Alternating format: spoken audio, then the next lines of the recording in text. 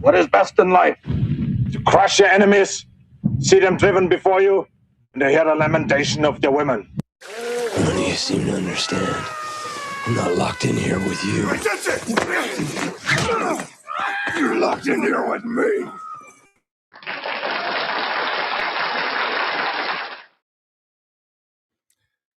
All right. What is it? Tuesday night? Must be the Tuesday Night Radio Baloney Live. I am your host, Richie Baloney. How's everybody doing out there? Good to see you guys. Oh, we got Izzy, Rosie. Anybody else in there? Good to see you guys. All right. Hello, chat. Hello. What are you guys doing? What are we doing tonight? I'm kind of tired. I'm feeling kind of worn out these days. My throat was hurting a little earlier, so I don't know. We'll see how it goes tonight. I'll see how it goes. All right, let's go to the menu first, and then we'll get back to the chat, and then we will go through the stories in detail. But first, let's find out what we're going to be talking about. We have a thing here on, well, it's very interesting, actually. So Mia Hughes, and she is the one who wrote the WPATH files. And she's talking here about a tale of two contagions. A tale of two contagions. In 2019, German psychiatrists observed a sudden surge in adolescent girls presenting to clinics with abrupt onset Tourette-like tics. So this is because there was a social media person who had Tourette's, and the channel got very popular. Then all these girls started just showing up, started presenting all of these Tourette syndromes. They didn't have Tourette's. And she's drawing the parallel between this and the gender fad, essentially. The social contagion that is gender, non-binary and trans, which we've seen a huge increase in. It's very interesting. We're going to take a look at that. It's about 4 minutes long. We'll probably watch the whole thing. A bit of stuff here about Minneapolis, I think Rosie sent this in, Minneapolis, and they just keep finding all of these fraud, all of these fraud companies, all these fraud healthcare providers. We're going to take a look at that. We're going to take a look at what's going on with ICE and with Minnesota and what Trump is doing and all of this stuff. And it's this guy, that pretty guy, the news had AI change his face to try and make him look more attractive for, I guess, the leftist women, because they're more likely to be angry if they think that he's good looking. I mean, it's pretty unbelievable. This is from MSNBC. They did this. Propaganda, people. Let's see, far left. So here is James O'Keefe talking about how he just about got killed by a bunch of crazy leftists in Minnesota. He's talking about that. He's talking about how they are incredibly well organized there, working with people in the administration. What's going on? Where are all those Free Palestine mobs now? Where are they with Iran, with the horrible situation rapidly becoming worse, in some ways worse already, in a very short order than Gaza in Iran? For some reason, just total silence on this. I wonder why that is. We'll talk about it. We've got the Trump tariff stuff. We got all the stuff between Carney and the tariffs and the trade, and you guys know what's going on there. We've got a bunch of stuff that Carney is pulling one of Trudeau's tricks and trying to bribe the population. It looks like there's going to be an election coming up soon. All the signs are there. We've got Pierre Poilievre responding to liberal dingbats. We've got some stuff on Alberta independence. That's John Bolton there. We've got some woke Canada stuff from the food professor here. Very interesting. Then we have the, pardon me. Then we have the last tab of the evening, which is stuff you guys have sent in. There's boobs. There's Steven Crowder. There's all kinds of interesting stuff here, meme stuff. We're going to have a good time with this. Don't you worry. If we get to it, maybe we won't even get to it. Who knows? Now, anybody watching on YouTube, please go and subscribe to my second channel, Radio Baloney News. I've had it for, 4 months or something. Maybe we're coming up on 5 months. This is where all the world news and the UK news and the meme reviews and woke mind virus stuff, all that stuff is going here. If you want to see that stuff, you've got to go to Radio Baloney News to see all those clips. This channel is just for the live streams and Canadian news now. Everything used to be on this channel you're watching now. But now the second channel has much of it. 178 videos over there already. So lots of good stuff. The algorithm hates you. It hates me. The gatekeepers hate us. They're afraid. They're afraid that together we will be too powerful. So you know what to do. Go subscribe to that channel. Make them cry. All right. Now what are we doing? Let's see. Let's go to the chat. Let's see. Brian, how you doing? Good to see you. Says, good evening, Quebec. Mad as hell at Carney. Good luck, Liberals trying to get seats in there. Well, they still will. I mean, like Montreal, it's just all just Liberal seats, right? But yeah, I mean, it's not good for them. If they lose seats there, it's definitely bad for them. Let's see. Now, as everybody knows, we're streaming on Rumble, we're streaming on YouTube, we're streaming on X, we're streaming on Locals. And when you subscribe to the channel, become a channel member, send money, whatever you like to do. Sending money always feels good. I always feel good when I do that. You get free good karma, but the easiest way is just to like the stream. Just like that stream and get your free good karma right now. It's so easy. Literally anybody can do it as long as you have hands. But then if you had one of those Elon Musk brain chips, you could do it even if you didn't have hands. Isn't that handy? In these troubled times, can you afford to turn your back on free karma? I don't think so. I think you'd have to be crazy. Listen, I heard about this guy. He was a huge fan of the channel. Watched every stream. Always liked the stream. Always got his good karma. Till there was this one night, he was kind of distracted. He forgot to like the stream. Now, this guy was a huge Liberace impersonator fan. Huge fan of Liberace impersonators. Not a big fan of Liberace himself, weirdly, kind of ironically, but Liberace impersonators. And that night, there was like the best. Everybody agreed, like Liberace magazine, everything rated him the top Liberace impersonator in the world, bar none. This the GOAT, the greatest. Many speculated there could never actually be a better Liberace impersonator than this guy. So he's distracted. He goes off. He watches the stream. He goes out that night. It's a late concert, and goes to watch the Liberace impersonator. And he's got front row tickets. He's excited. He paid like $2,000 for these tickets. Really excited. This is a big deal. This is the big deal. This is something he's going to tell his grandkids about. So he's front row. He's at the concert. He's having a great time. The Liberace impersonator is amazing. Even better than the original Liberace. And everybody agrees on that. What he didn't know is that even though he knew that Liberace had the most powerful AIDS that there is, and everybody knows that. All doctors agree. Liberace had the most powerful AIDS that there is. What he didn't know is that it's so powerful that it can manifest on a person who's not Liberace, but is really like Liberace.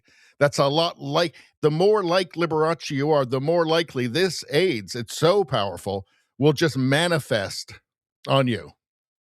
That's how powerful it is. And the Liberace performer was putting on a hell of a show, was sweating. He kind of swept his hair back, and one drop of his sweat just lifted in an arc off the stage into that front row and onto this guy's forehead.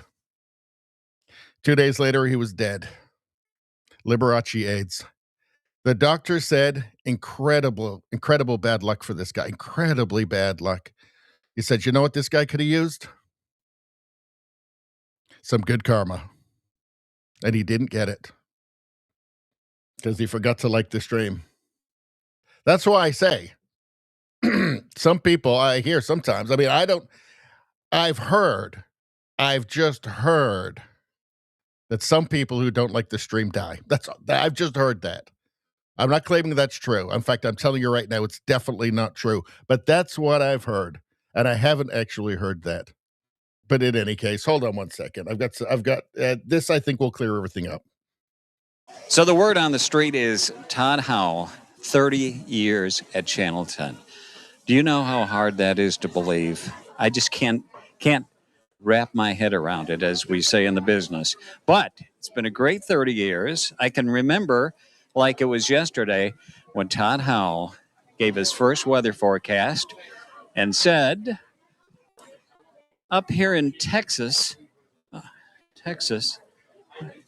I finally figured out where Texas was. So, but I thought maybe this isn't for him. But turns out it was.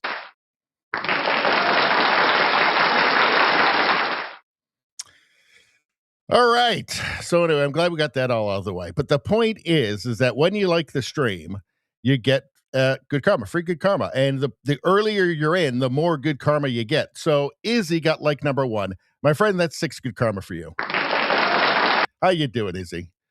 Rosie got 2. That's 5 good karma for you, Rosie. Nice. Let me scooch down. Anybody else got in there? Nobody else. Well, 3 is like 4, and then 4 is like 3, and then 5's 2. I don't know. You do the math.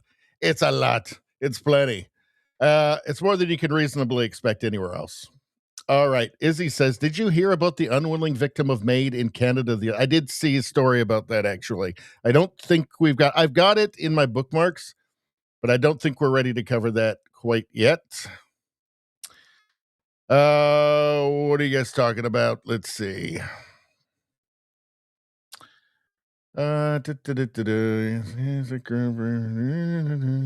Izzy's put a link in there about something. Okay, urgent warning. Should I want to? Oh, I see that story. Yeah. Well, maybe we'll hold on to that. We'll get into that in a little bit. We can take a look at that, I guess. Let's see. Her husband. That's what I heard. Yes. Okay. Yes. I haven't dug into that story yet, though.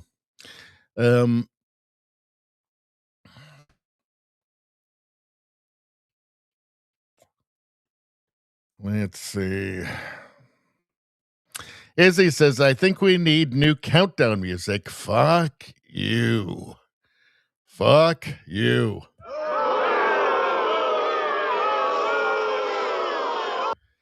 He says, sadly, I have no useful talents for that. Rosie says, Richie played and recorded this music. I think I did. I sure did. Well, it's like a computer drum, and then I just did like a keyboard bass thing, and then I played the guitar. Let's see. Izzy says, well, it's better than I could do, but it is rather repetitive and short. I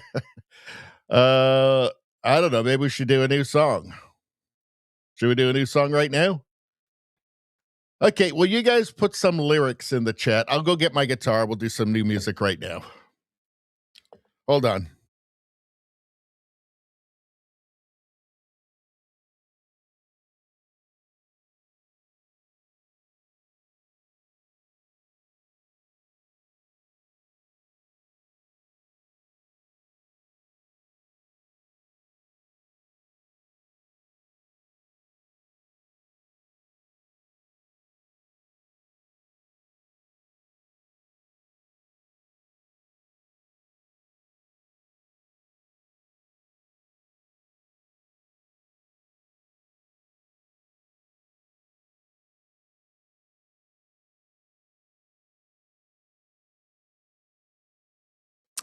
All right. Where's the lyrics? What's the show? What's the song called? What's the song called, you guys? You got to help me out with this. All right. Okay, let's see.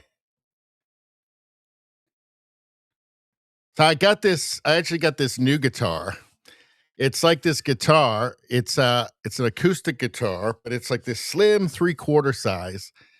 And I think it's like carbon fiber, and it's got like a little mic in it and stuff, and it's got built-in effects.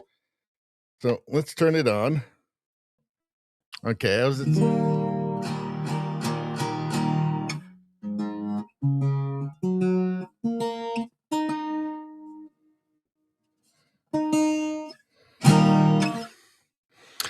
And it's got different effects. So let's get a good effect on for it. Now, are we going to do like a morose, kind of weird, depressing song? Is that what we should do? Let's see. How does that sound?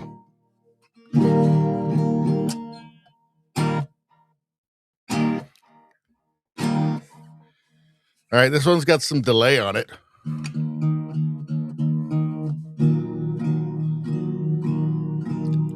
Okay, what's the name of the song, you guys?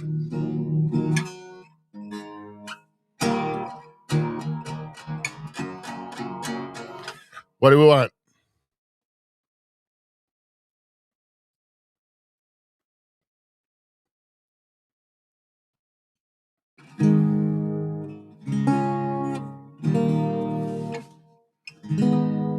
Feel it in the dumps.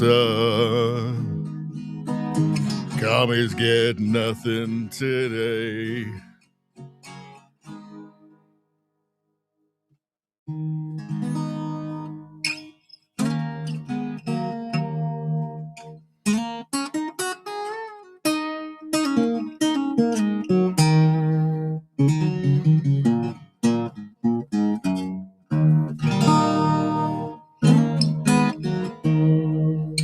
All right, what are we doing?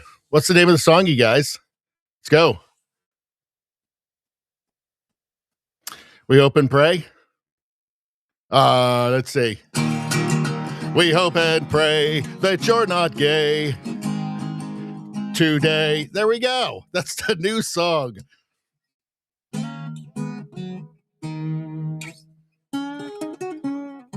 Oh, my fingers aren't working.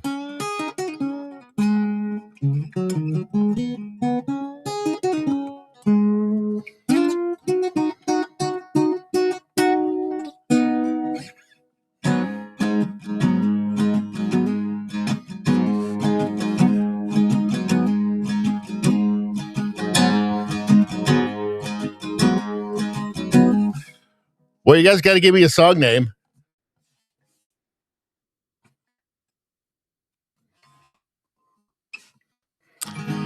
What about Purple Pants? People are talking all over the world. People are talking, lots of girls. What are they talking about? Heaven knows. Maybe it's something about my purple clothes. Purple pants. I'm wearing my purple pants. Purple pants.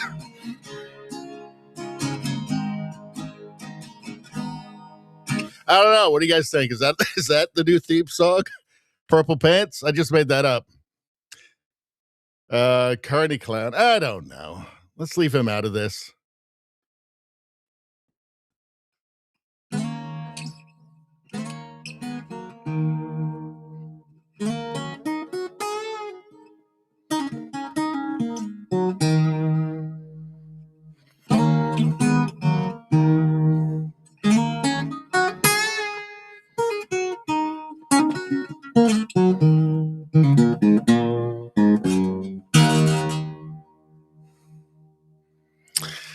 I don't know. Maybe it's not the best time to come up with a new theme song. What about something with the Hendrix chord?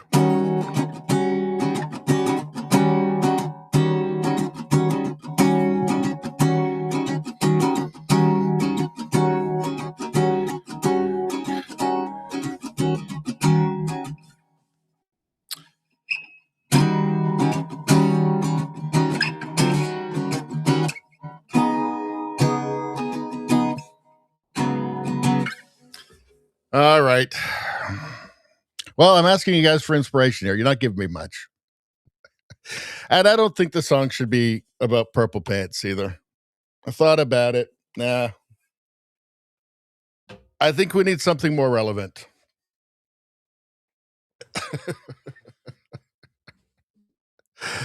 All right. Let it snow. How you doing, Turtles? Good to see you. This show is just getting more and more off the rails and informal all the time. Maybe I need to take a day off. Let's see. All right. How many subscribers did I just lose there? Maybe I'll just jam on the guitar for the rest of the show. I don't know. Let's see. All right. What are we doing? Are we getting back? Are we getting to the stories? Let's see. Turtles shed a tear for purple pants, and then was cheer and dance. So maybe there's a story about purple pants. Maybe he's like a hero. Maybe he's a right-wing hero, purple pants. Maybe there's a whole ballad, the ballad of purple pants, perhaps. Maybe that's a direction we go. Let's think about it, people. Let's think about it overnight. And we'll come back to this. Let's see. Oh, Greenland turned to Orange Land in our purple pants.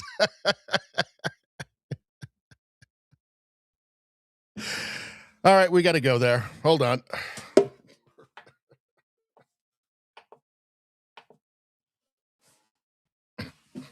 Let's see.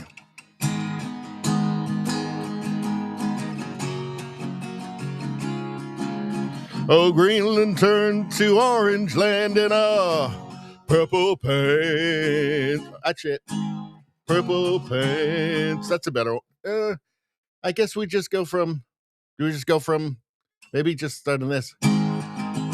Greenland turned to Orange Land in a purple pants. Purple pants. Purple pants. Purple pants. I don't know. I don't play guitar very often anymore. But I like that. I like the direction that was going.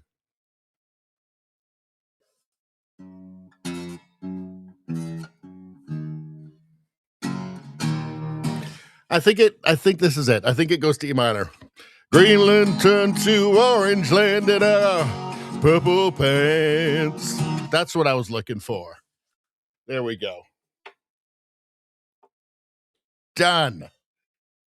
Cut, recorded. Sending it out to the DJs as we speak. All right. Now what are we doing? What are you guys talking about? Talking about commie hate works for me. Is some song about commie hate works for me. Oh, we didn't deal with that topic, did we? All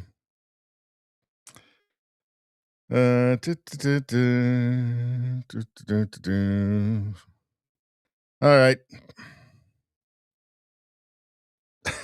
Rosie says, nice licks. I have no lyrics to offer.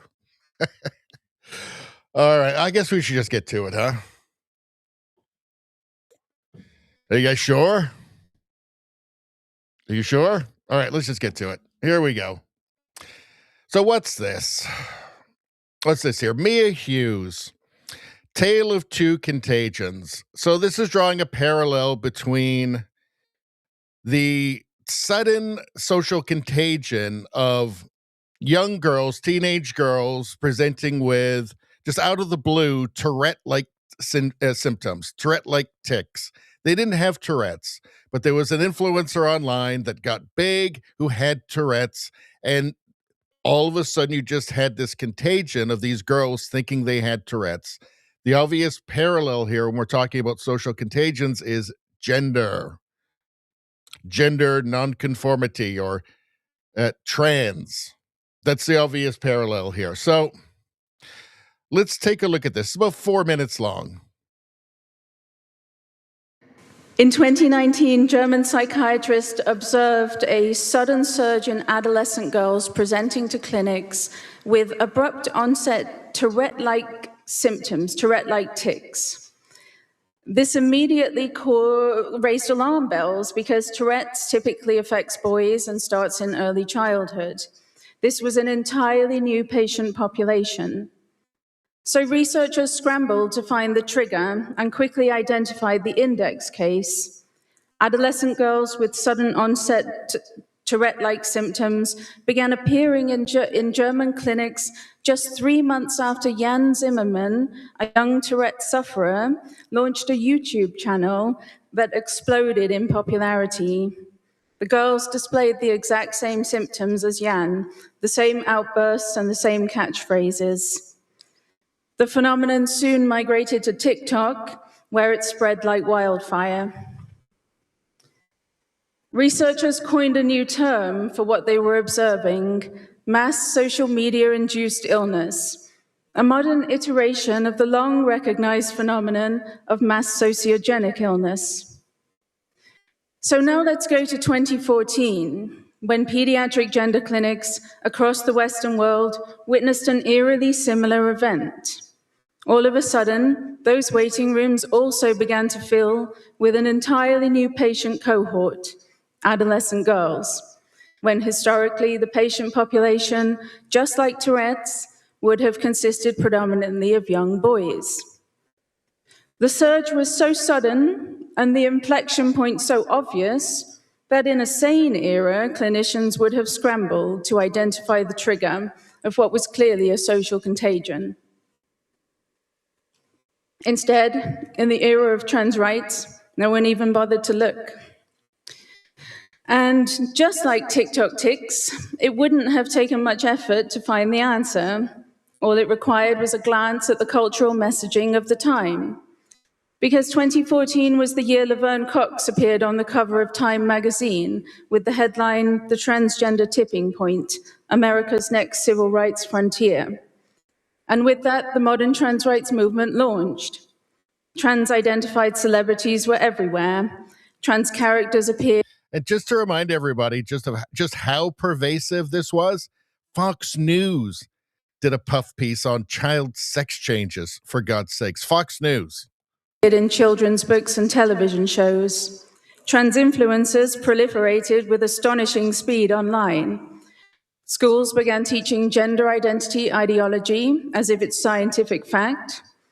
And in a perfect storm scenario, smartphones and social media exploded in popularity at exactly the right moment, creating the ideal super-spreading environment for this seductive idea to go viral.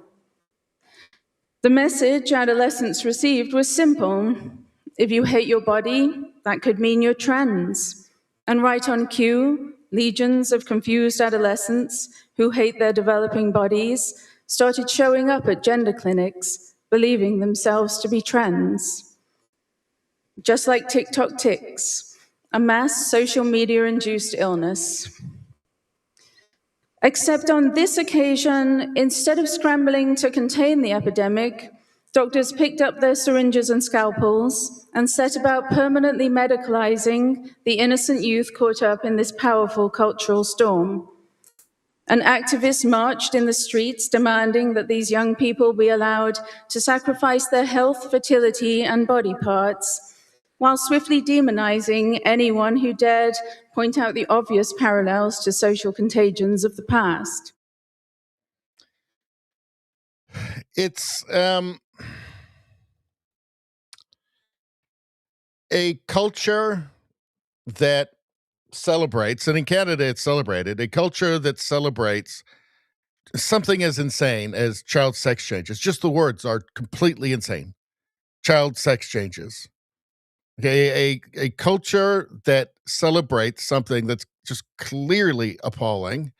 Clearly no child can give informed consent to not grow up into a healthy adult body. You obviously, how could you possibly give informed consent to this? to somebody who has no idea what it's like to live in their fully developed adult body. That's clearly insane. We know about the power of social contagions. Like, you can't just kind of, you can't just wave that away. Obviously, it's extremely powerful, especially young girls. I mean, it's powerful with adults, never mind children, but especially young girls are particularly vulnerable to this. So it's so clear, and especially, and now when you have like the most woke country in the world, Sweden, has walked this back and said, hold on a second, our data does not conform with what the activists are saying. We're stopping this now. We're going with psychological treatment from now on. You've seen the CAS review in the UK. Okay, there's the WPATH files, for God's sakes. All of those leaked internal communications with the World Professional Association of Transgender Health, which is the authority that the other authorities all appeal to, right, to wash themselves of the guilt.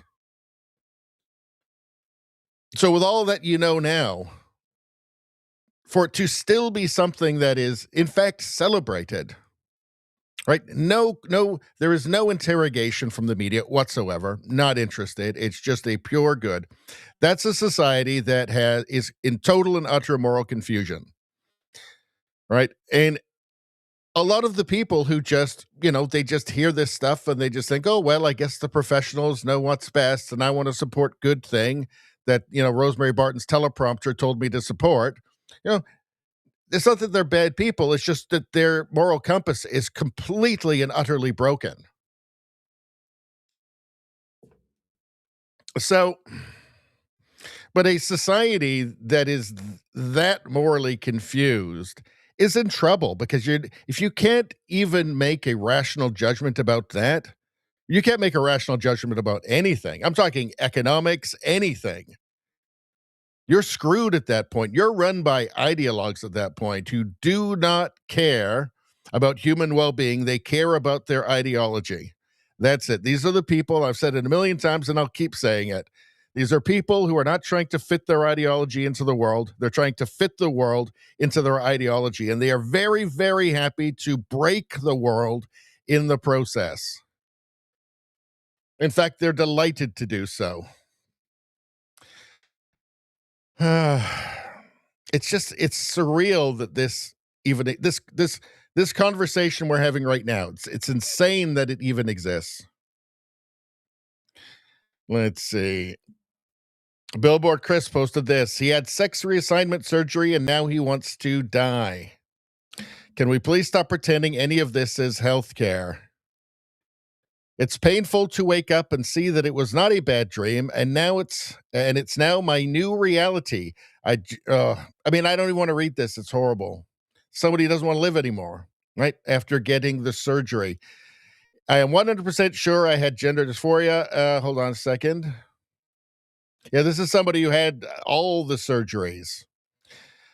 I'm in my early 20s. I destroyed my body. I had so many dreams, going to university, taking my driver's license, and now all I want is to get rid of this body.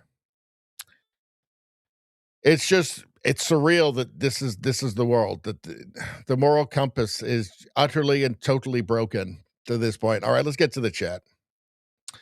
All right.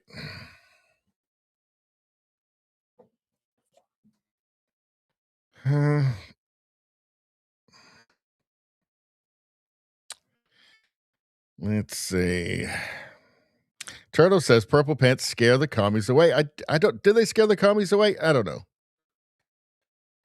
Let's see. Judo Survivor, how you doing? Let's see. What are you guys saying? We just need more noodles. JJ Nevada. We just need more noodles. We had lots of noodles in the last show, JJ. Do not be playing those games with me again. I'm wanting you right now. Let's see. Turtle says, leave the kids alone, you demons. I agree. Let's see. Turtle Survivor says, the Radio Baloney show song should be about Tennessee gardenias. Well, it will probably not be an actual... there There will not be lyrics and singing in it. If we do a new one, which I like, look, I'm going to put it on the list. So look forward to something new about this time, about 2035. Let's see. But if we do get one, it is not going to be lyrics in it. It'll just be another. It'll be like that. It'll be, let's see. Yeah, it's known for these. Izzy says it's a known phenomenon. You're talking about, yes, social contagion. These people are monsters. Izzy says, don't forget about Todd Howell. Don't forget about Todd Howell. I kind of like the ring of those words, actually. Don't forget about Todd Howell. Don't forget about Todd Howell.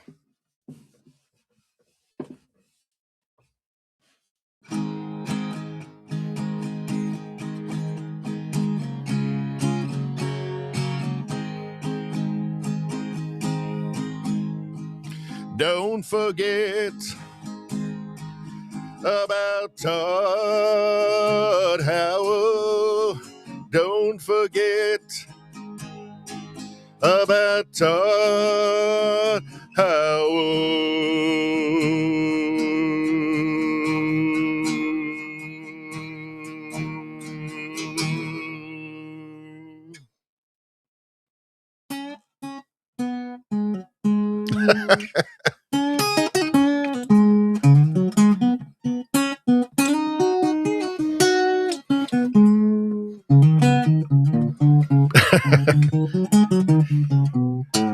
I got to practice more. Anyway, I like that one.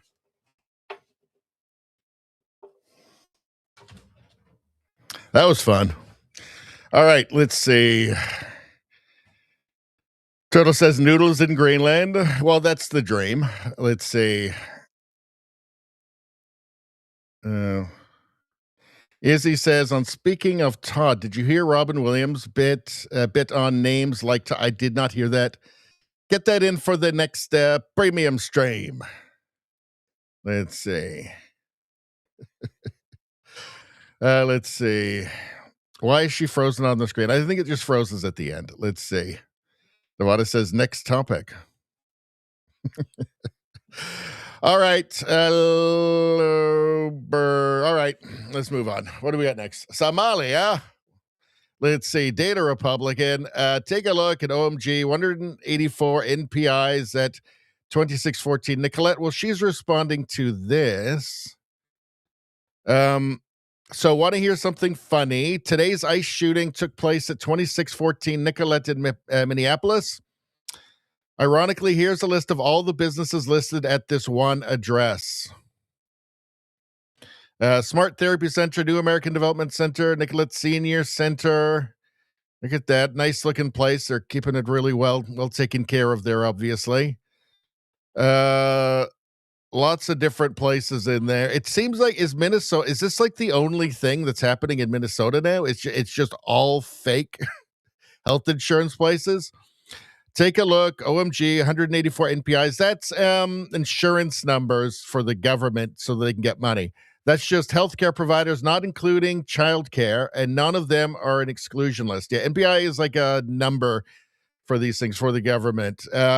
So there's lots of them, apparently. And yeah, it's apparently Minnesota is it's like 99% fraud, the economy there. All right, hold on. Hold on. Let's see. Somalia. There we go. All right, we already looked at that one. Let's go. What's going on here? Let's see. Minneapolis. Self-proclaimed hero Luna Von Woke, the woman who thought grabbing a live flashbang grenade during an anti-ICE riot was a brilliant idea, is now crowdfunding for expensive prosthetic fingers after the device predictably exploded in her hand. I mean, I don't know what are these people thinking? Dove headfirst into the chaos to stop federal agents from deporting a convicted pedo, only to discover that ordinance doesn't respect good intentions or safe handling practices. they don't care who it is they're trying to get rid of. They just say that they're lying, that ICE is lying, right? They don't actually care. What's going on? Is this real? Fingers for Freedom. Help me get prosthetic fingers after ICE protest injury. Is this real? I was bravely trying to protect an undocumented migrant, a pedo, from deportation. On a flash, I guess this is how you make money these days, right? If you're a leftist. $27 raise. Well, let's see if we can find this actually. Fingers for Freedom.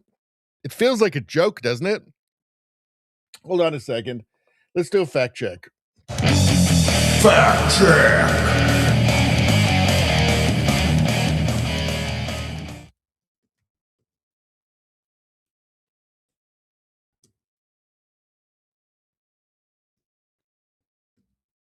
Fingers for Freedom. That's actually like a pretty good that's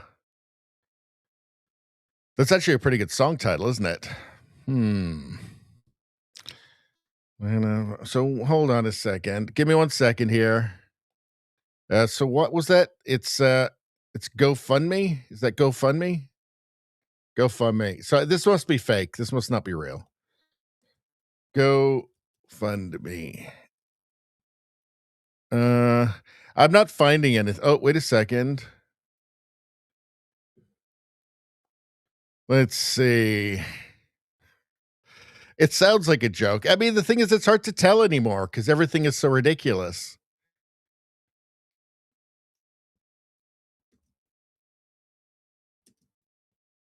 Let's see. No, I don't think it's real. It's made up. It's hard to tell. I mean, they killed satire and parody. The left killed satire and parody. I don't know.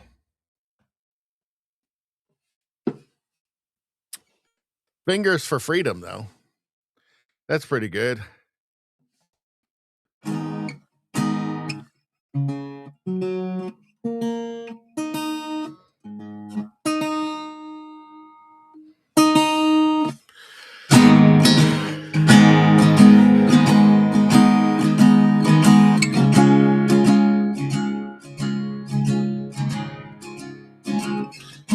Fingers for Freedom. I blew mine off because I'm done. Fingers for Freedom. I blew mine off because I'm dumb. As dumb as they come. Hold on. As dumb as they come. Everybody. Fingers for Freedom. Blew mine off because I am dumb. Come on now. Fingers for Freedom. I blew mine off because I am dumb. Because I am dumb. As dumb as they come.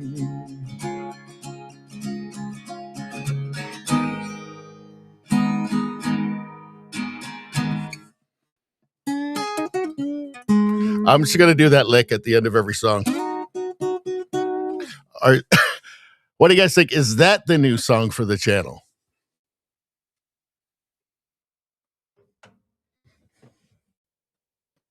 As he says, not going to lie, that could be a hit. I think he might be right. And 100% not AI. Unless I'm AI. And maybe I am. I don't know. But if I'm not, that's not AI. 3 chords. It's funny. It's 3 chords, and I can't even get the 3 in a row right. I have to fuck up. All right. Let's see. True Survivor. She gave someone the peace sign and ended up giving them the middle finger.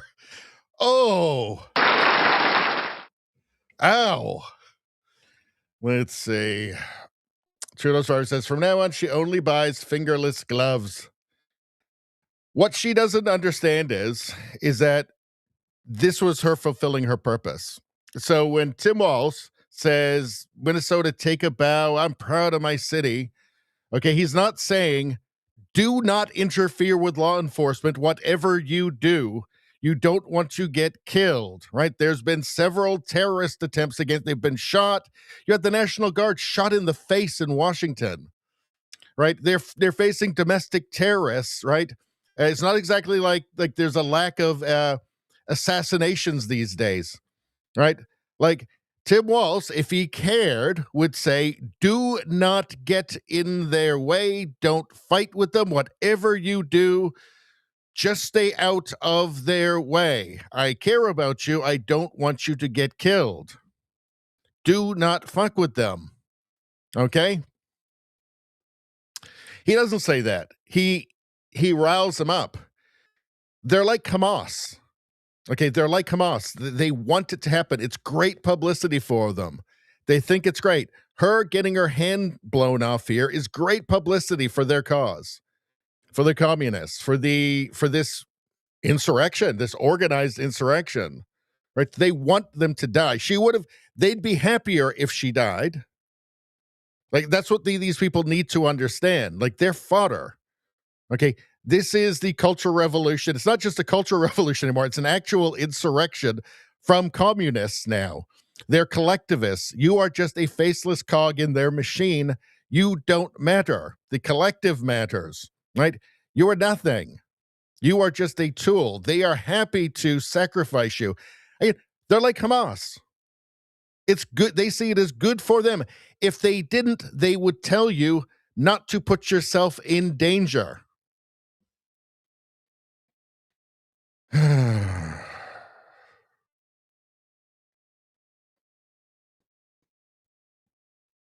God damn it. We got to do it again. Fingers for freedom. I wish that I'd stayed home. Fingers for freedom. Wish I'd left us alone. And I'd stayed home. But I didn't. Because I'm retarded. Yes.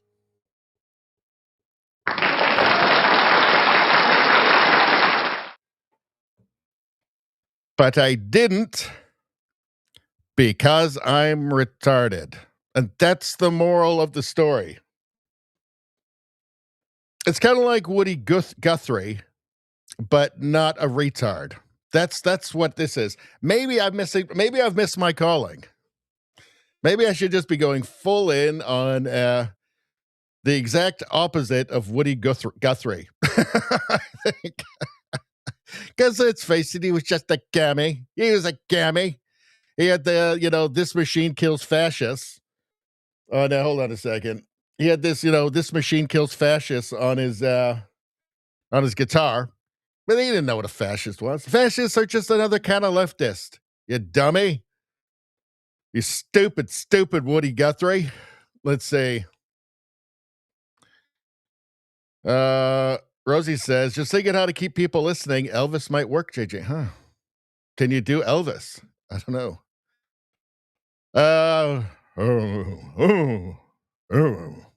Commies. I don't know. Elvis, I don't think Elvis liked commies. I think he was against them. Let's see. What are you guys talking about? I'm having a hard time getting through the news these days. We're doing a lot of non-news related stuff. Let's say, well, news related, but you know what I'm saying.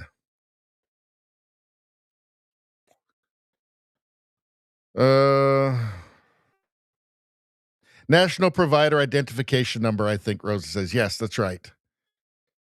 Let's see. Well, Izzy's saying useful idiots. Well, that's mean. Izzy says, sounds like a Babylon Bee joke. For now, she only buys fingerless gloves. Trudeau Survivor says.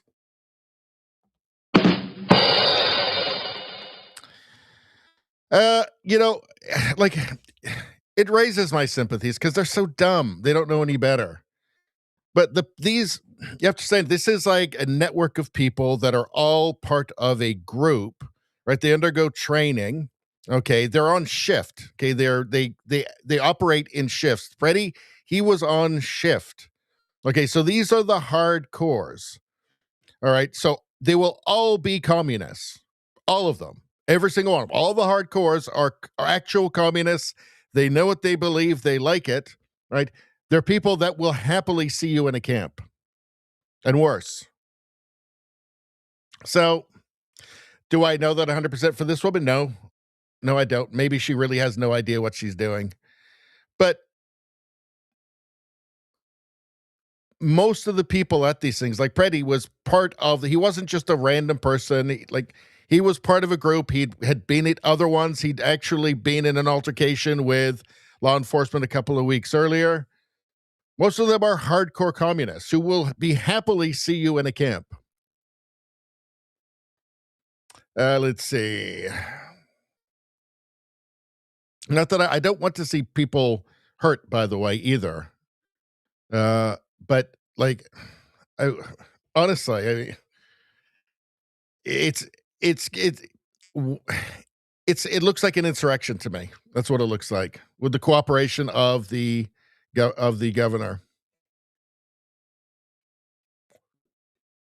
Richie, just a thought. You may want to turn your mic down while singing. Way down. This ain't a concert.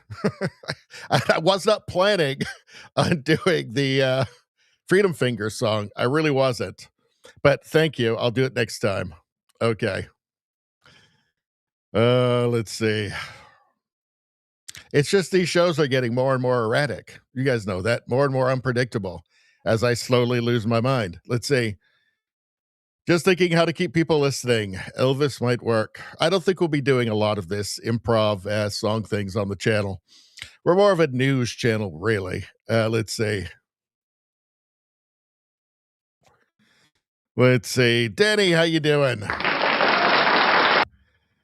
Rosa says, yeah, don't sing about fingers. Izzy says, yeah, I shouldn't be taking pleasure in the pain of others. I'm not taking pleasure in the pain, but it is kind of funny, though, isn't it? It is kind of funny. We're not really taking pleasure so much. We're using it more as artistic inspiration. And I'm sticking to that.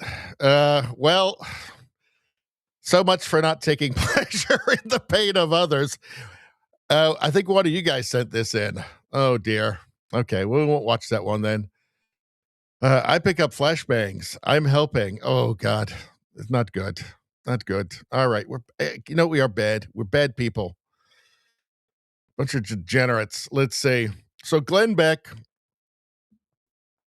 says, I don't think Trump is retreating from Minnesota. I think he just told Walton for a checkmate. Well, it kind of looks a bit like it because he's gone off the language of, everybody to just, the criminal illegal aliens at this point. But let's see what Glenn Beck has to say about it. So this is 11 minutes, but let's try and just get to the part where he talks about that. When I first saw this story yesterday, what he was doing, I thought, is he waving the white flag? What is he doing? What is he doing? Is this all about the election and getting reelected and he's got to make nicey nice? And I don't think it is. It is if you are reacting emotionally, and I want to say this. I could be wrong on this, so I don't mean to belittle you or have you think that I'm smarter than you, because I can guarantee you I'm not in almost all but Al Gore's case. I'm not smarter than you. I just look at things differently, and I could be wrong, but I'll give you a lens to see this through, and then a chart on how we're going to know whether it is it is a white flag or not. Okay. And I don't think it is a white flag. If you're looking at this through the lens of traditional political or cable news, you're going to look at this and say, this is a retreat. However, if you look at it as a counterinsurgency, if you look at it through that lens of counterinsurgency, federalism, and an optics war lens, then it's different. We're seeing Trump shift the battlefield, not abandon it. And let me take you through this cleanly and tactically here. First, what would a surrender or a blink actually look like? If Trump was blinking, this is what would happen. He would end the enforcement nationwide. He would call off ICE operations. He would publicly repudiate Homan or Miller. He would admit wrongdoing or illegality, and he would accept the Gestapo snatching people off the streets narrative. None of that happened. Instead, and now think of him in Art of the Deal, he narrowed the enforcement criteria. Political pressure is rerouted. Optics cooled. Legal authority preserved. Responsibility transferred back to the states. This is not a surrender. I believe this is a reframing of the fight, and it's really smart. If this is what it is, it's really smart. The strategic objective here that I think most people are going to miss is, what was the enforcement criteria? Was it to go scoop up every illegal on the streets? Was it to send everybody who came here, to send them home? Is that what ICE was doing? Because it wasn't. Because I remember when he said it, I'm like, what? We should be sending everybody that was here home. And he said, no. The goal here is to get the really bad criminals off the streets. That's what he wanted. So the goal was never ICE agents everywhere all the time. The goal was this: force blue state leadership to choose publicly and unmistakably between protecting violent criminals or cooperating with federal law enforcement. Okay, that's what he's been saying the whole thing. How are you people defending this? These are rapists in your community. So what Trump has just done is he has separated into three groups. One, the violent criminal illegals, easily moral. Everybody's for that. Okay. Two, the local state officials who shield them. There's another group. And three, the protest movements trying to provoke a legitimacy crisis. So he's now broken those three up. Minnesota was sliding towards a designed confrontation, street chaos, viral clips, allegations of federal overreach. The Senate Dems were threatening a shutdown. The media was building an authoritarian. We were headed towards everything that there's no way out, okay? And that environment only benefits one side, and it isn't the Trump side. It's not our side. The only thing he could have done was escalate. And do you think that's what they didn't want? That's exactly what they wanted. So he changed the terrain. He also, and this is telling to me, he also went and relieved the U.S. Border Patrol commander, Gregory Bovino. See, I think the mistake that Glenn Beck is making here is that he's imagining that they care, right? In terms of, framing, right? Like okay. When Glenn Beck says they're taking like rapists and murderers and like cartel members off the streets, they just say, no, they're not. That's a lie. They don't care. And in terms of framing, they don't care about that because the media will frame everything in their favor. They have just almost total control over media narrative. So none of this matters to them at all. Right? So this is the problem now. It's like asymmetrical. The rules don't really apply to them the way they apply to Republicans. Republicans or conservatives in any Western country still have to worry about things like framing and image. Left doesn't. That's all covered for them by the media, right? Glenn Beck says, well, don't you, are you serious? You really want, murderers? Live next door to murderers, right? Proving that people are wanted for murder? The left will just say, no, they're not. And that's it. Done. Done and done. They're fine. So you don't expect rational arguments or strategies to work. And he said, Trump's not saying he wants ICE all over everywhere all the time. But the thing is, in a sovereign country, why would that even be a problem? In a sane country where it has immigration law and it means it, why would that even be a problem? Like, yeah, of course we don't want people here illegally. Of course not. Right? That's not good. You can't have a country that way, right? Of course, everybody's got to follow the rules. No, so why would that be a bad thing? Only in an insane mind is that a bad thing. All right, Spambot, how you doing?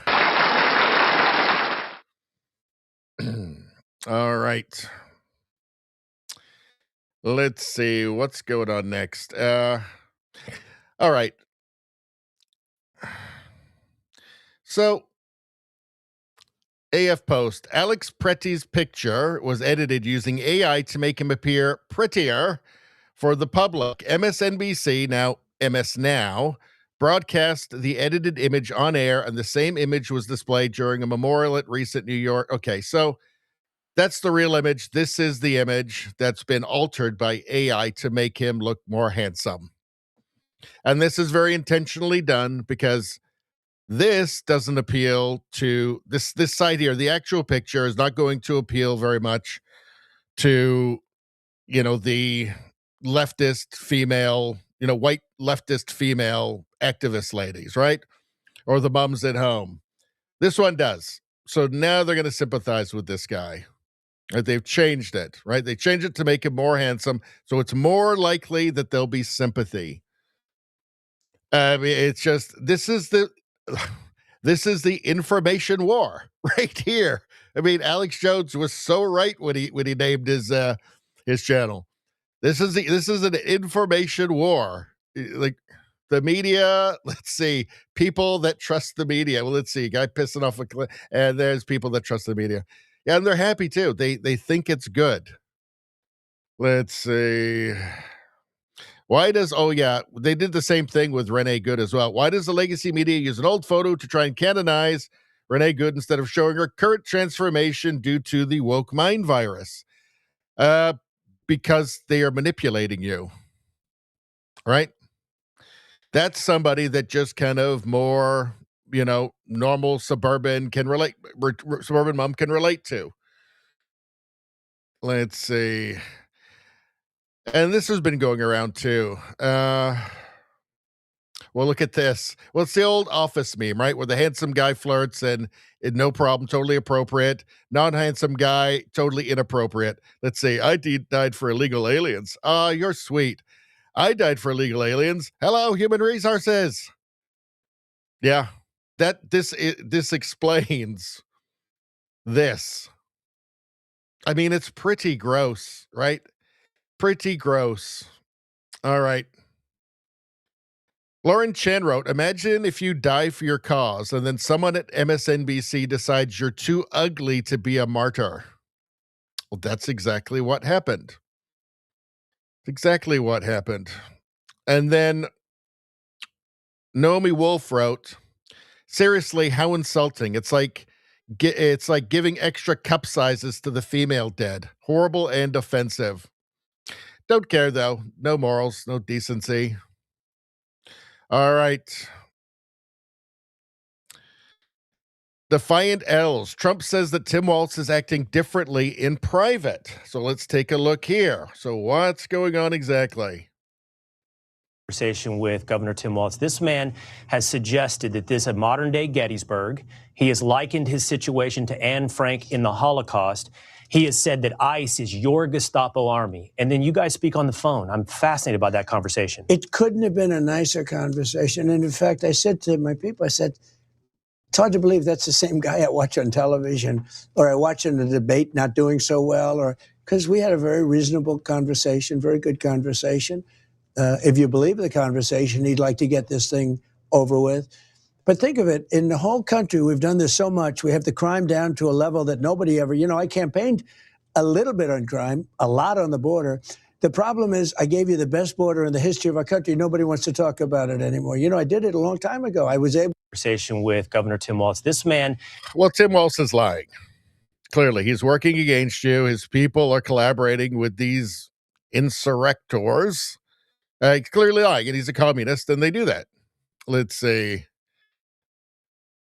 So the White House posted this. Okay. 1, turn over all incarcerated or active warrant criminal illegal aliens for immediate deportation. Transfer all criminal illegal aliens arrested by state and local police. Assist federal authorities in detaining criminal illegal aliens wanted for crimes. Democrats must work with the federal government in the rapid removal of all criminal illegal aliens. It's that simple. End the chaos. They want the chaos, right? So they're not going to it doesn't matter. He's taking a step back here, right? He's absolutely taking a step back, right? Only criminal illegal aliens, but illegal aliens can stay for now, I guess, right? So he's taking a step back, and they don't care. They want the chaos, right? Like when somebody fights with ICE and ends up getting shot, they're happy. They want that, right? That this is great press for them, right? The media, they all crack a bottle of champagne, right? They got something to talk about now too, right? It's part of the propaganda war, the info war against sanity, against, freedom, I guess. Yeah, they want that. I mean, that you can't, they just simply are not willing to act in good faith. These are revolutionary communists who want to tear down the system by any means necessary. And they're not moral people, right? So they don't have a problem lying. Trump makes 4 demands to end Minneapolis chaos, calls on Congress to ban sanctuary cities. Let's see. Yes, we already saw this. Yeah, here it is. Looking good, Susan. Oh, you're sweet. Looking good, Susan. Hello, Human Resources. Yeah. Yeah, it works better if they get AI to change his face to make him look better. It plays better in the media. I mean, how cynical and evil is that, really? Think about it. Carolyn Leavitt leaves the mainstream media speechless. They really hate her. A lot of C words when they talk about her. They really hate this woman. Let's take a look. And this is why they hate her so much. This is a Washington Post headline from 9 years ago, 2016. Meet the man the White House has honored for deporting illegal immigrants. And I would remind everyone in this room that it was former President Barack Hussein Obama who awarded a medal to Mr. Homan. So he's obviously very qualified. He has the full trust and faith of the president.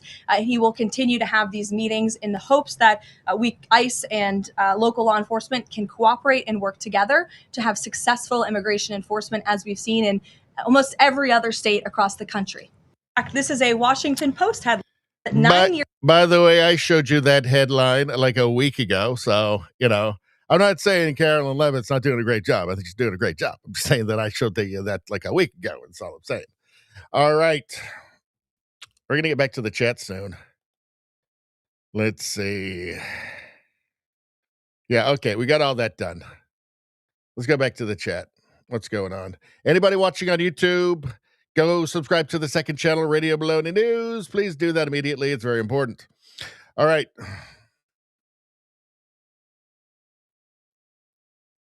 Let's see. Izzy says you should be taking pleasure in the pain of others. What about Hitler? What about Hitler? What about baby Hitler? Again, I've said this before. That thing about like if you could go back and kill Hitler when he was a baby and prevent World War II. I always say, why is it that you have to kill him as a baby? Can't you go back and just like kill him as a grown? Like if you can go back in time, right? You go back to before he was like Hitler, like when he was still like an artist or something. Like why is it that they have to get? Why does it have to be baby Hitler? Like it just sounds like people who want to kill babies, right? You can go back when he's older, right?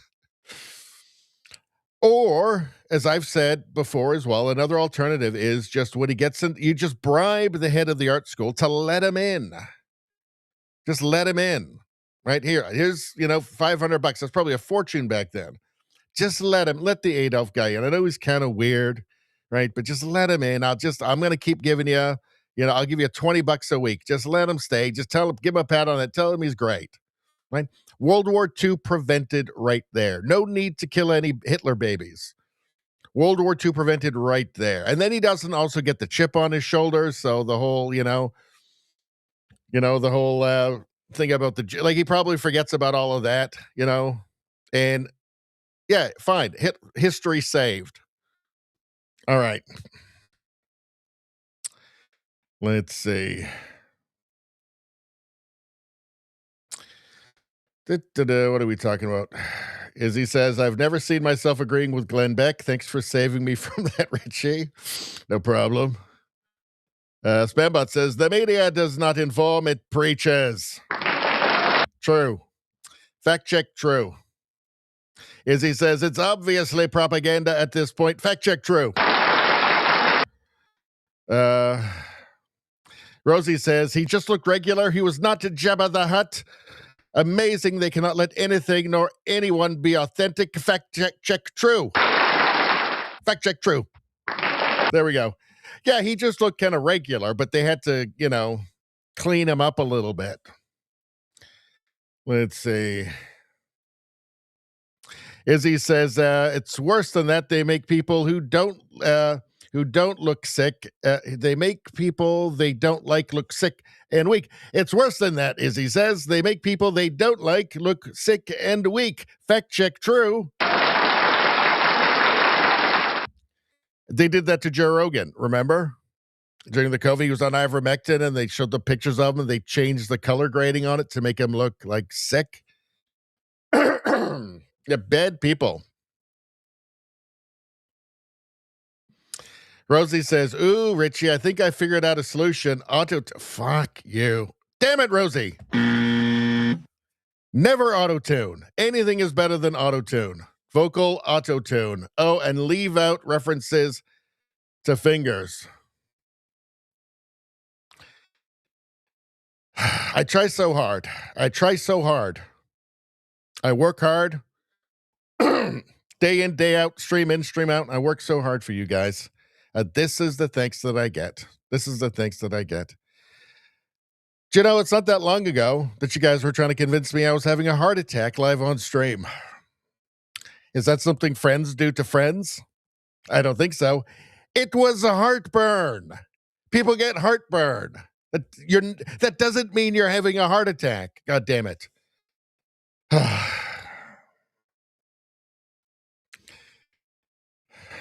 It's not a bad name for a song, though. Damn it, Rosie. Damn it, Rosie. Damn it, Rosie. Have I got something for that? Nah, I don't. Let's keep going. Let's see.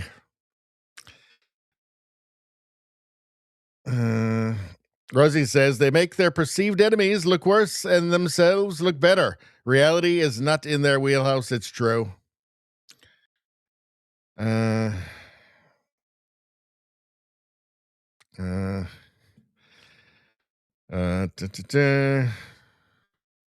like to pump up the orange on Trump too, Izzy says. That's true. They do love to do it. They used to do it more, I think, though, didn't they? They really did it when he was first there running. Rosie says, we love your talking voice to waste it too much on singing. Damn it, Rosie, times 3. It's just so disheartening to get this kind of stuff in there. Auto-tune, and I'm just trying. I'm just a person. I'm trying my best. You really have to put me down like that? I don't know. Tell me I'm having a heart attack and stuff when I'm just having heartburn? I mean, I don't know. Friends do that to friends? I don't know. I have to think about it, I guess. I maybe got to think. Maybe I've got to think about a lot. Maybe I got to reconsider a lot of things. Rose said, did you see what Izzy said? What did Izzy say?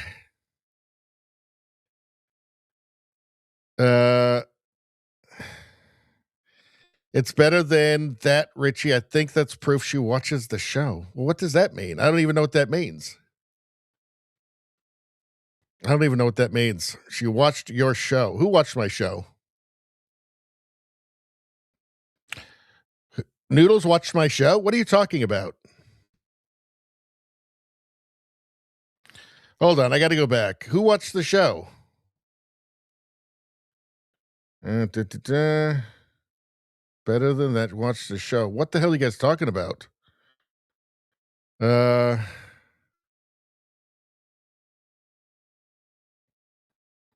the heck are you guys talking about? I'm going back through the chat here. Who watched the show?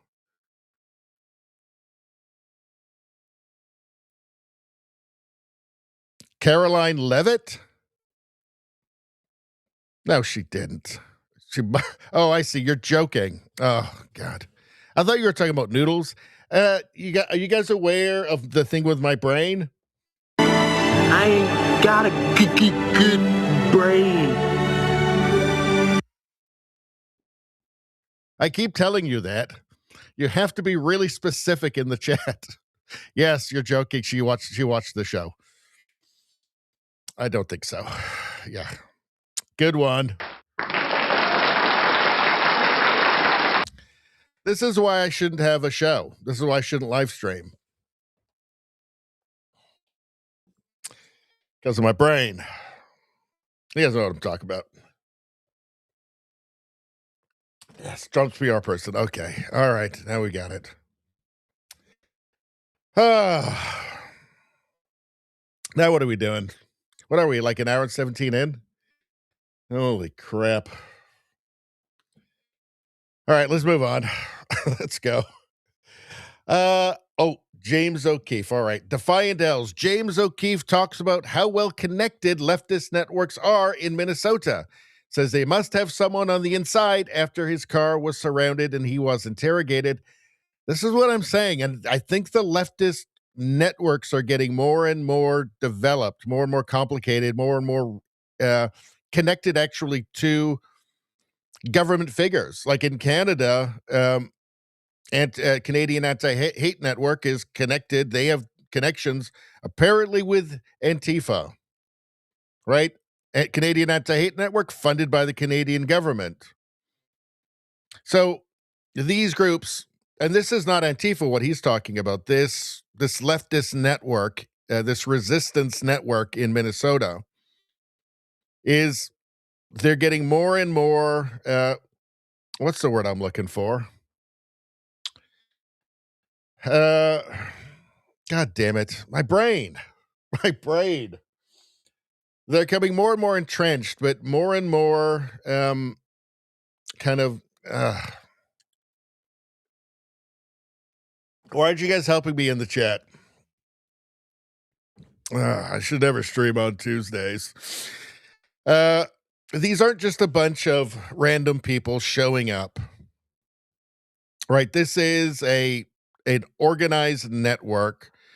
They have shifts. They're assigned shifts. So be here at this place. They've got people checking license plates, and it's increasingly organized, right? And almost to the point of almost becoming just legitimate. In Minnesota, can you say that it's not really just in Minnesota, according to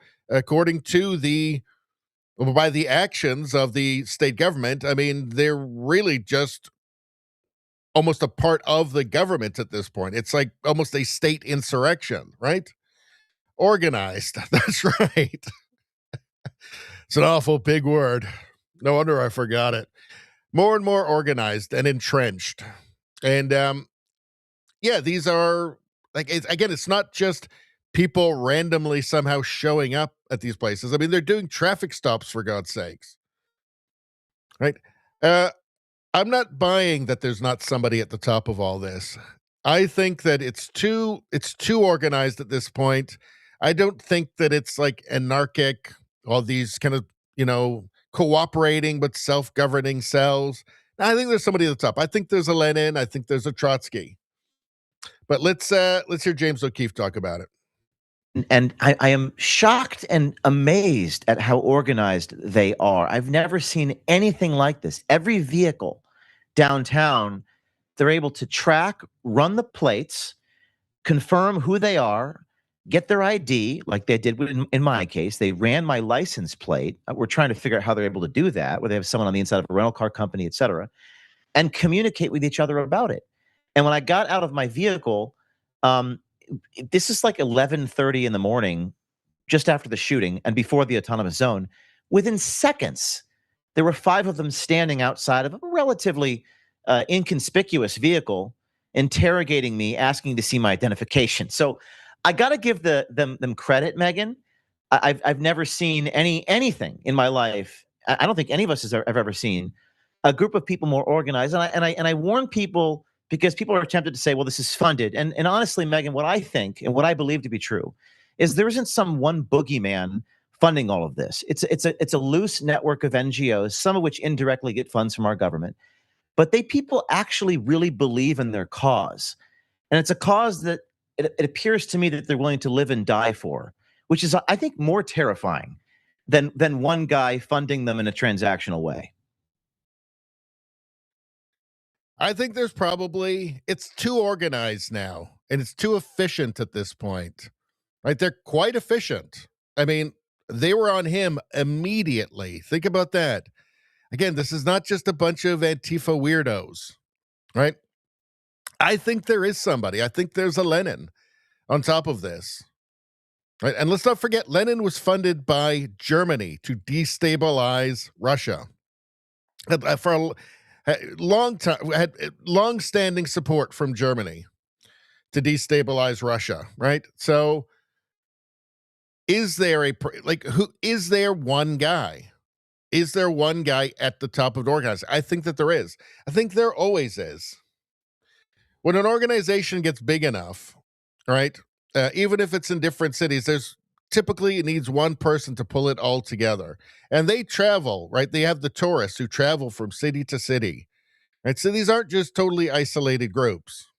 So that's that. I think they're going to find. I think we're going to find that out. There is somebody at the top of this.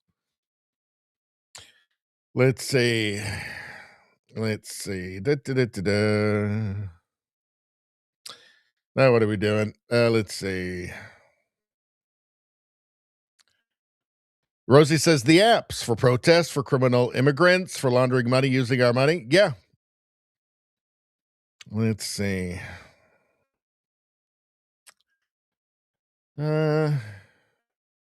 Watch this after. So there's a clip for it. So we won't watch it right now then. Spambot. Okay. I think I saw a link earlier though. Maybe we'll do a link monkey thing. I don't know. I don't know if I want to do that though. It's kind of depressing. Let's see. No, there's nothing. All right. Let's move on. Hold on. And I am. Oh yeah, here's Jimmy Kimmel. Starts crying on his show while talking about the situation in Minneapolis. Where was this with Irina? With the Russian? Where was this with the Russian woman who was murdered on the subway? Where was that? Right? We all remember his performance when Charlie Kirk was killed. No tears then, but here he is right now. Let's take a look.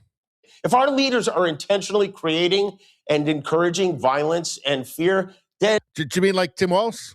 Like Tim Walz? Is that who you're talking about? No, he's not talking about Tim Walz. And I hope you will also agree we need new leaders, because these are not leaders.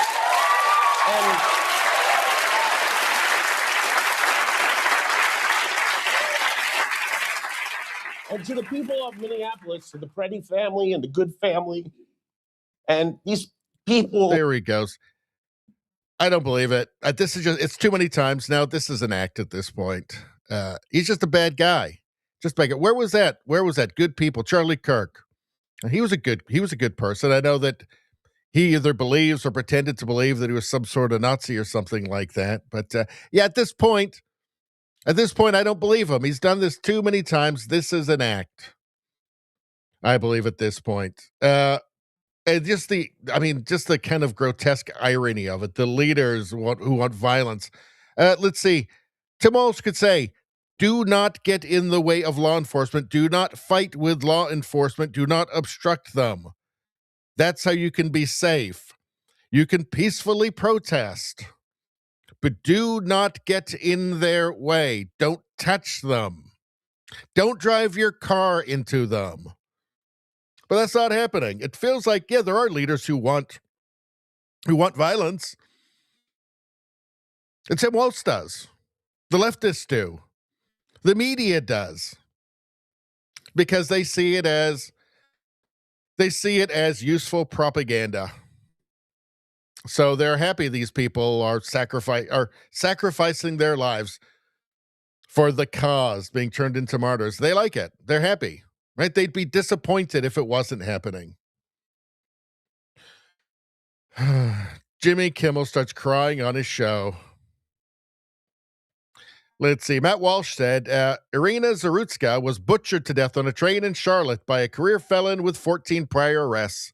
Her death was the direct result of leadership failures and bad policy. Jimmy Kimmel never mentioned her name, much less cried on camera about it, because that wasn't fashionable. Wasn't fashionable when that happened. He knew about it. Of course, everybody saw that and was horrified by it, but he didn't say anything about it. Why is that? Why didn't he shed any tears? Right? These people are sociopaths. Oh, that's why. That's why he didn't do it then. They don't care about human life. Their emotions aren't real. They aren't even capable of experiencing real human emotion at this point. It's all a game to them. It's all a performance. Kimmel isn't just a bad comedian. He's a bad person, rotten to his core. At this point, yeah. I mean, he's proven it beyond all doubt at this point. Just a cretin. And a liar. Look at this. I mean, these are the good guys, right? These are the good guys here.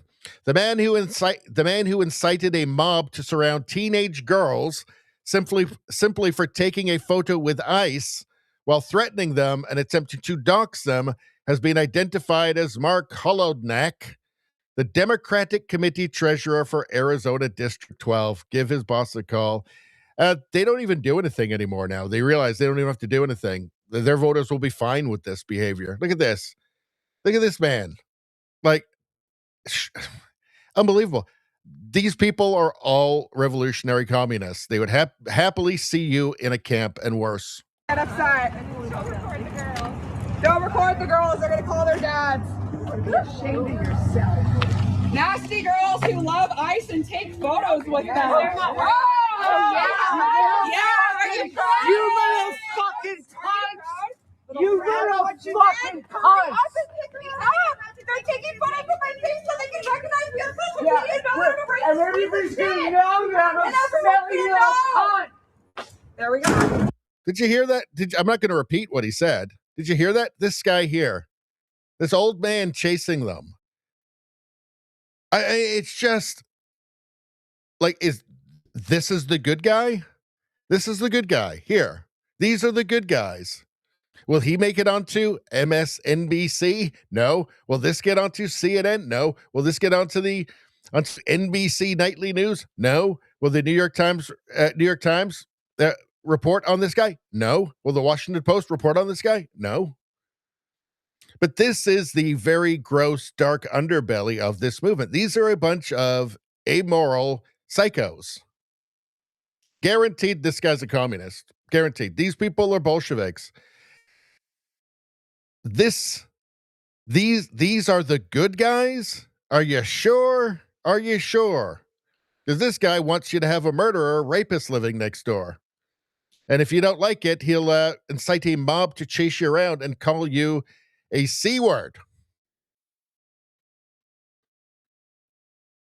I mean, it does, like, it's surreal to see this stuff. All right. Well, they say that they've opened up a investigation into Signalgate, but who knows what will happen there. Usually nothing happens, unfortunately. All right, let's move on. All right. Let's see.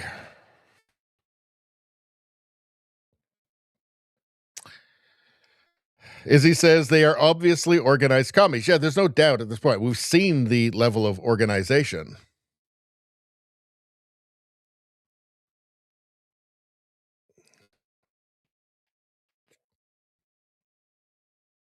Let's see. Hold on, I'm just finding where we were in the chat. Spambot says, that link will show you who is being this.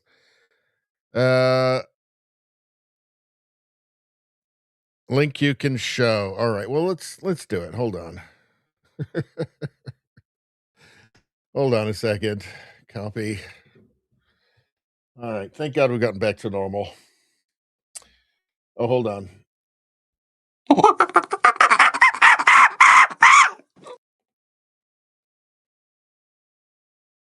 Okay, hold on one second.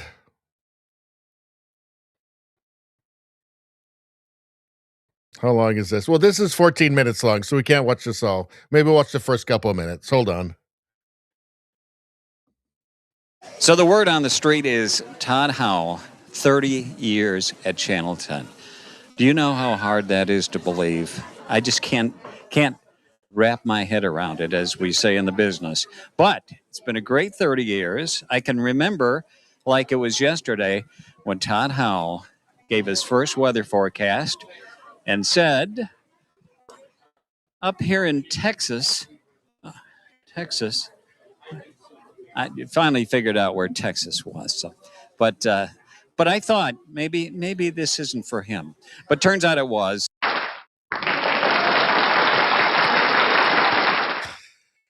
Totally unrelated to that. We've got this here. So what is this?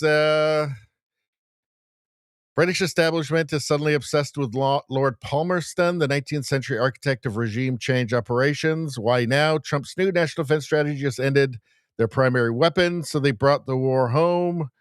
So what are you saying? The first, Spambot says the first 6 minutes. All right, well, let's take a look.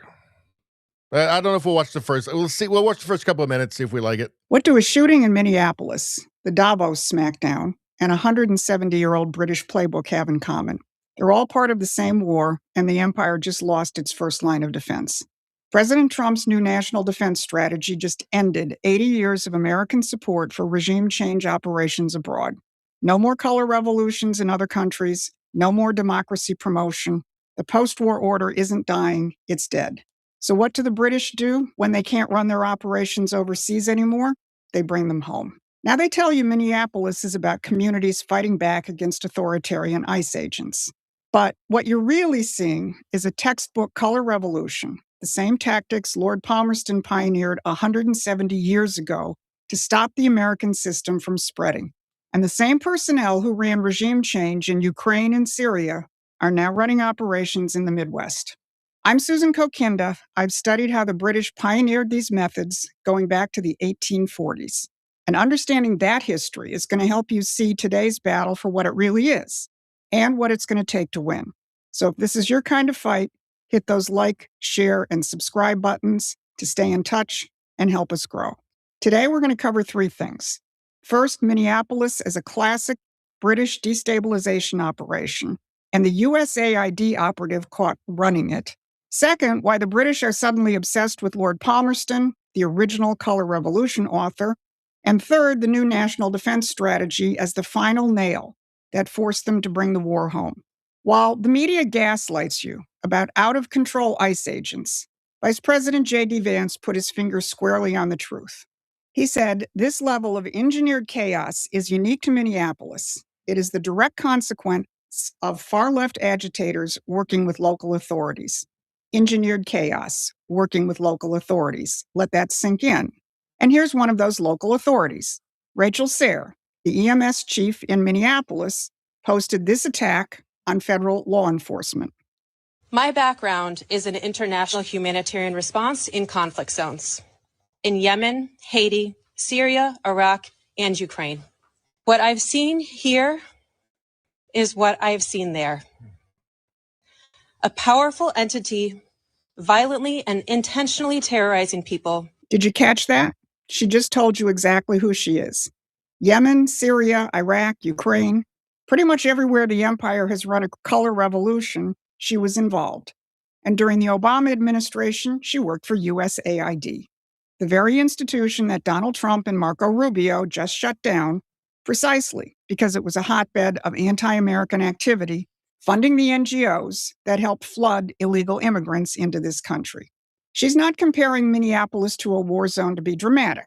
She's telling you that the same class of professionals who manage regime change operations abroad are now running operations in the Midwest. And Minneapolis isn't a random flashpoint. This is ground zero, the origin of George Floyd, BLM, and American Antifa itself. The first explicitly Antifa group in America was formed in Minneapolis in 1987, explicitly modeled on a British organization and designed to import European destabilization tactics onto American soil. A foreign pathogen introduced 40 years ago, nurtured by globalist money, now fully activated. This is an organic American protest. This is a professional regime change tactic deployed on American soil. So why Minneapolis? Why now? Because the empire has just lost its primary weapon. In recent weeks, the foreign policy mouthpieces of the Anglo-American establishment have been clutching their pearls about the end of the post-war order. They know the game is up. Just look at Mark Carney, the new anti-Trump voice of the empire, delivering the obituary at Davos this week. We know the old order is not coming back. We shouldn't mourn it. Nostalgia is not a strategy. But we believe that from the fracture, we can build something bigger, better, stronger. But here's where it gets interesting. If you listen closely, the leading British and Commonwealth voices aren't just mourning the post-war order. They're suddenly obsessed with the 19th century. NPR is reporting that Trump's America First is dragging us back to a 19th century world of spheres of influence. And the Council on Foreign Relations warns we're drifting not by accident, but by structural necessity toward a world that looks far less like the liberal universalism of 1945 and more like the balance of power order of the late 19th century. Spheres of influence, managed rivalry, and transactional diplomacy. And then enter Jeremy Corbyn of the British Labour Party. He chimed in. What we're looking at is almost 19th century imperial powers squabbling over bits and pieces from the rest of the world. Now ask yourself, what was Britain's greatest fear in the 19th century? That the principles of the American Revolution would spread, that the economics of the American system would create strong, prosperous, sovereign nations, leaving the imperial policies of financial control, backwardness, and depopulation in the dust. Which, by the way, is exactly what Donald Trump is doing today. So how do they want to respond? Pay attention to the Anglosphere commentators. Suddenly, it's all the rage to quote Lord Palmerston. First, it was Lord Jacob Rees-Mogg. Henry John Temple, Lord Palmerston, one of my great heroes, and I'm using one of my favorite books, the Dictionary of Quotations. He famously said, "We have no eternal allies, and we have no perpetual enemies. Our interests are eternal and perpetual, and those interests it is our duty to follow." This is really important because when you're looking at foreign policy, it is crucial to remember. Then Canadian Conservative leader Pierre Poilievre referenced Palmerston in the same way as a model for the current transition. But we must... Can I just say, why can't anybody pronounce his name properly? It's Poilievre. Poilievre. For God's sakes. also remember that our trade and security partnership with the U.S. is centuries old and will outlast one president. To quote the British Liberal Prime Minister, Lord Palmerston, "We have no eternal allies and we have no perpetual enemies. Our interests are eternal and perpetual, and those interests it is our duty to follow." And the British website Unheard lamented that the nation of Lord Palmerston is unable to secure itself a place in an emerging global order. Now, this isn't nostalgia. This is a roadmap. Lord Palmerston dominated British foreign policy from 1809 to 1865 as Secretary of War, Foreign Secretary, and Prime Minister. His mission was simple: destroy any nation or alliance that might follow in the footsteps of the United States and challenge British hegemony. And how did he do it? He didn't just use gunboats. He pioneered the use of mobs and liberation movements to destabilize rival nations from within. He sponsored anarchists, separatists, and radicals across Europe and America to break up sovereign states that threatened the empire. Lord Palmerston was the original. You know, I mean, this is very interesting. It's very interesting. It's something I want to look more into. But it does feel like it's kind of grabbing from a lot of different places, making a lot, some, I don't know. I have to look more into this, but maybe there's some kind of spurious connections there. Um, uh, it just strikes me as a lot of what she's saying here is kind of superfluous. Like it doesn't, like, these groups aren't new, right? They're obviously reaching a level of sophistication. That's the word I was looking for earlier. Sophistication. They're reaching a level of sophistication we haven't seen before, but organized groups aren't anything new. I mean, this stuff has been gestating for decades. People forget about the 60s and 70s, Weather Underground, all that. I mean, there was tons of domestic terror attacks in the 60s and 70s in the United States. In Canada, you had the FLQ, right? Like, so none of this stuff is actually that new. I think in Minnesota, you're seeing a new level of sophistication behind it, right? But, you know, all you really need for this is that an original seed of Soviet active measures propaganda, an infiltration of the educational systems, the educational institutions, right? And eventually, if you turn out enough, you know, revolutionaries, well, you're gonna have what you have today, right? So I don't know. It's interesting. I don't know if I'm not gonna watch this and be, I'm all in. Lord Palmerston. Now I'm just, my life is going to be about Lord Palmerston from now on. This is my focus. I mean, it's interesting. Of course, all countries are trying to influence all other countries all the time, right? So I take it as something interesting that's worth taking a further look into. But I find a bit of it kind of a little bit spurious. And a lot of it is, again, it's just kind of superfluous, right? Like it doesn't, there's already explanations that don't need explanations on top of them. You know what I mean? Is the British government directly behind organizing this insurrection in Minnesota? I really don't believe that. I don't see that. Are there people that have worked that have, I mean, she's talking about this one person, I can't remember her name there, who's worked for USAID and has collaborated in areas that have had regime change, but that's also the U.S. I mean, the U.S. is pretty much always the you know, the tip of the spear on that. USAID itself, right? So, yeah, I mean, I think it's interesting. I'm glad we watched it. I'm not taking too much from it right now. La la la la. What else you guys saying? Let's see how mad you guys got at me now for saying that. Let's see.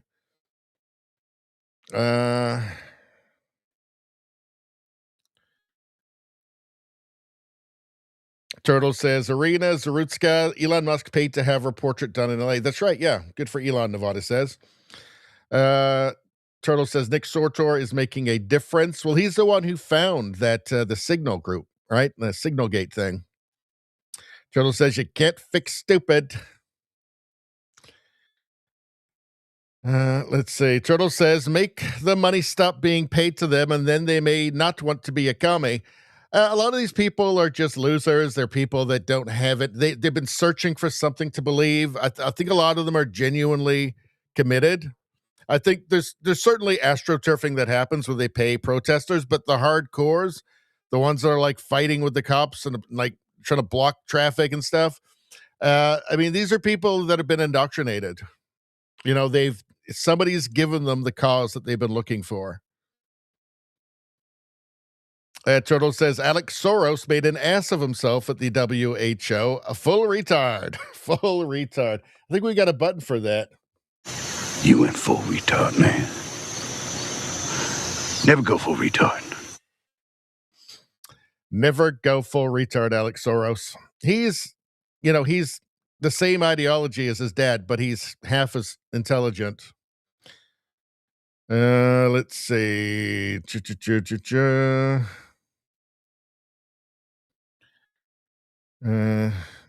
Izzy says, I hope for one to see James O'Keefe in drag catching them in an undercover report. That would be funny. Turtle says, Ilhan Omar had a protester dump her with liquid. I did see a video of that. I didn't see that she had anything thrown on her, but I just watched it quickly before the stream.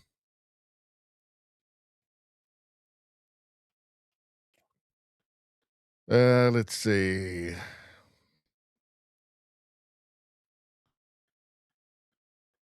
Izzy says the British are behind it. Somehow I doubt that.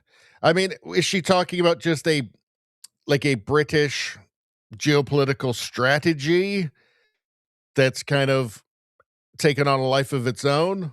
Maybe. I don't know. I mean, I think that I don't think you need everything she said. I don't think you need that. I think it's kind of superfluous.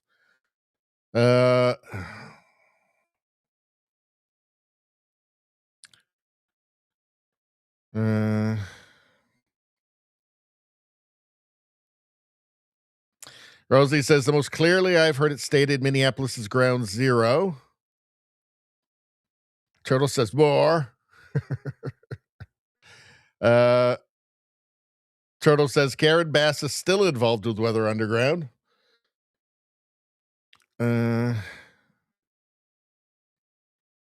Rosie says that is what she said, not new, the playbook used since the 1840s. But I think there was an implication there that they're actively, the British government, their intelligence services are actively, setting up these insurrections like in Minnesota. And I don't see that. Let's see.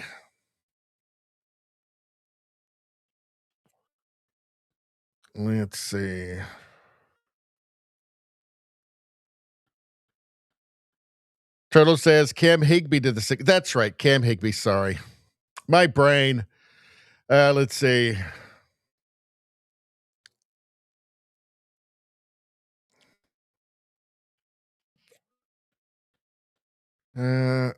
Izzy says there are globalists, and I'm sure some are British, but I think it's bigger than that. He says.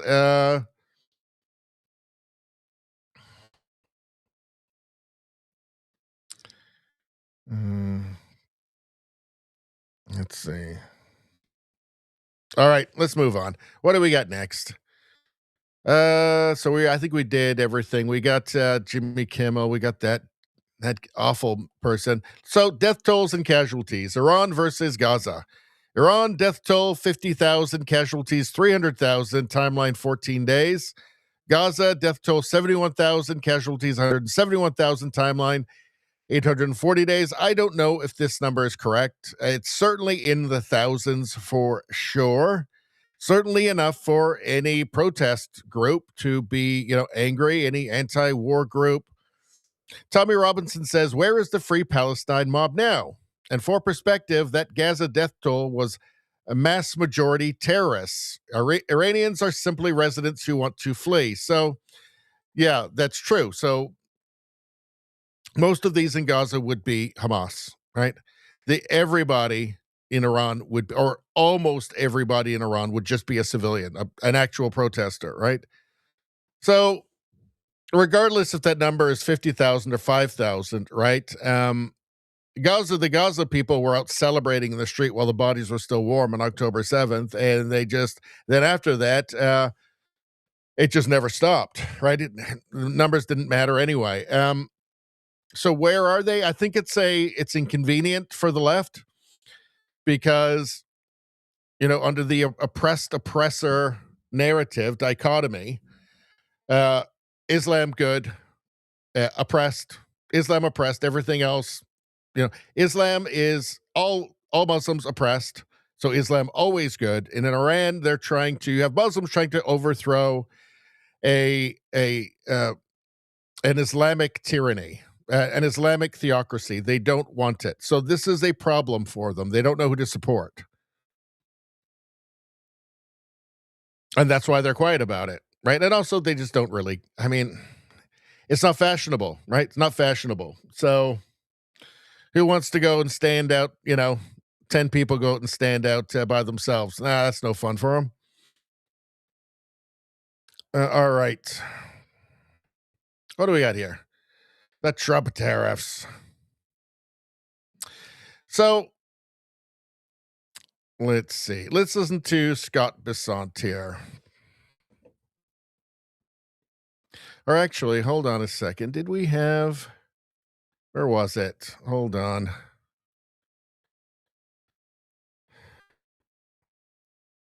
Now, it's being... Now, we're hearing that Mark Carney called Trump and then walked everything that he said at Davos back, which would not be surprising at all, considering his rhetoric at home and then witnessing him prostrate himself before Trump at the White House, also in Alberta as well. So that wouldn't be surprising. That would be totally in character for Mark Carney. Breaking, Carney claims Scott Bessant's claim of him walking back on his speech in Davos during a private phone call with Donald Trump are false. Well, let's take a look. Is rejecting a U.S. official's account of Carney's phone call yesterday with U.S. President Donald Trump. In an interview with Fox News, the U.S. Treasury Secretary claimed Carney walked back parts of his speech in Davos, Switzerland. Well, this morning, Carney says that is not true. Here's more from the Prime Minister just last hour. Scott Bessant says that you walked back your comments on Davos in a conversation with Mr. Trump. Is that the case, Prime Minister? As I said, well, first off, the president called me yesterday. We had a very good conversation on a wide range of subjects, ranging from situation in Ukraine, Venezuela, Arctic security.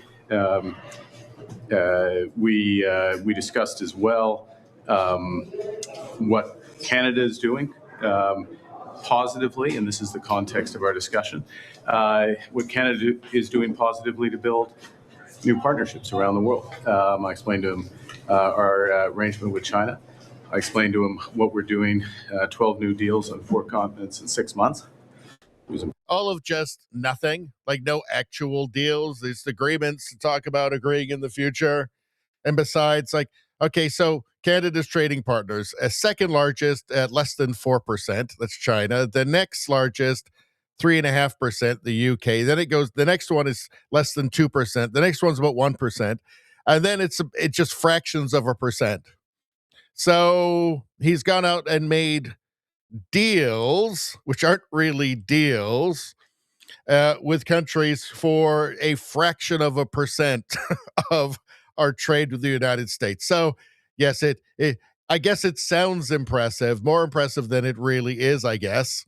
Impressed, and what we intend to do going forward, as well as the opportunity to, of course, move forward on CUSMA. You will note that Mr. LeBlanc had discussions with one of his counterparts in the last 36 hours about some of the modalities and things on the way forward. But to be absolutely clear, and I said this to the president, I meant what I said in Davos. It was clear, it was a broader set of issues, that Canada was the first country to understand the change in U.S. trade policy that he had initiated, and we're responding to that. We're responding positively by building partnerships abroad. We're responding positively by building at home, and we're prepared to respond positively by building that new relationship through CUSMA. He understood that, and it was good.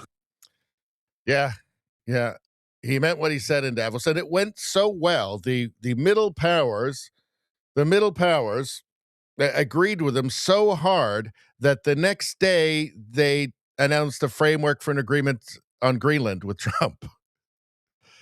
So much for the middle powers sticking together, huh? Sure. Telling reporters President Trump is impressed with the Prime Minister's 12 new deals in 6 months that aren't really even deals and are a tiny percentage of Canadian trade. Let's see here. So here's Bessant right here. Some industry-specific tariffs on Chinese goods, and we have a highly integrated market with Canada, sometimes in autos, which he dropped the EV tariff, I believe, from 100% to 6%.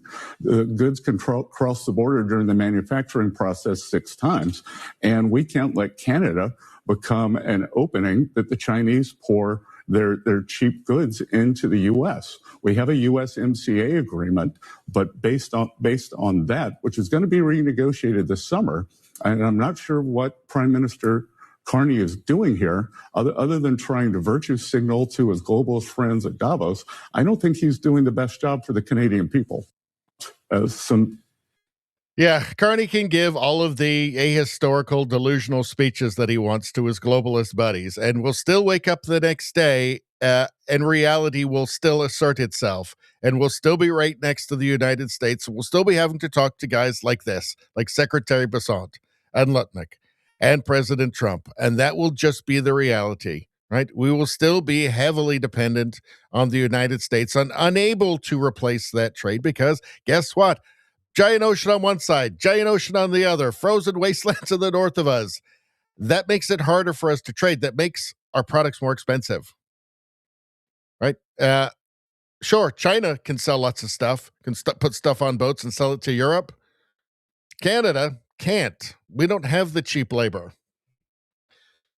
So do we really want to be that country anyway?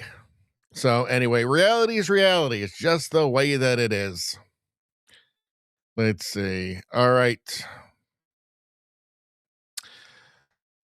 Let us move on.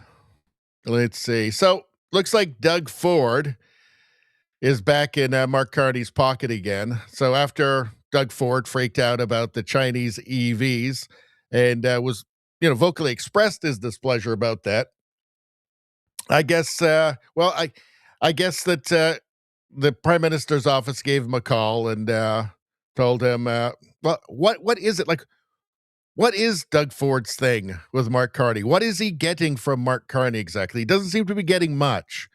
They're working together. He's working with the Prime Minister, but the Prime Minister's screwing him. So what is he getting? Let's take a look.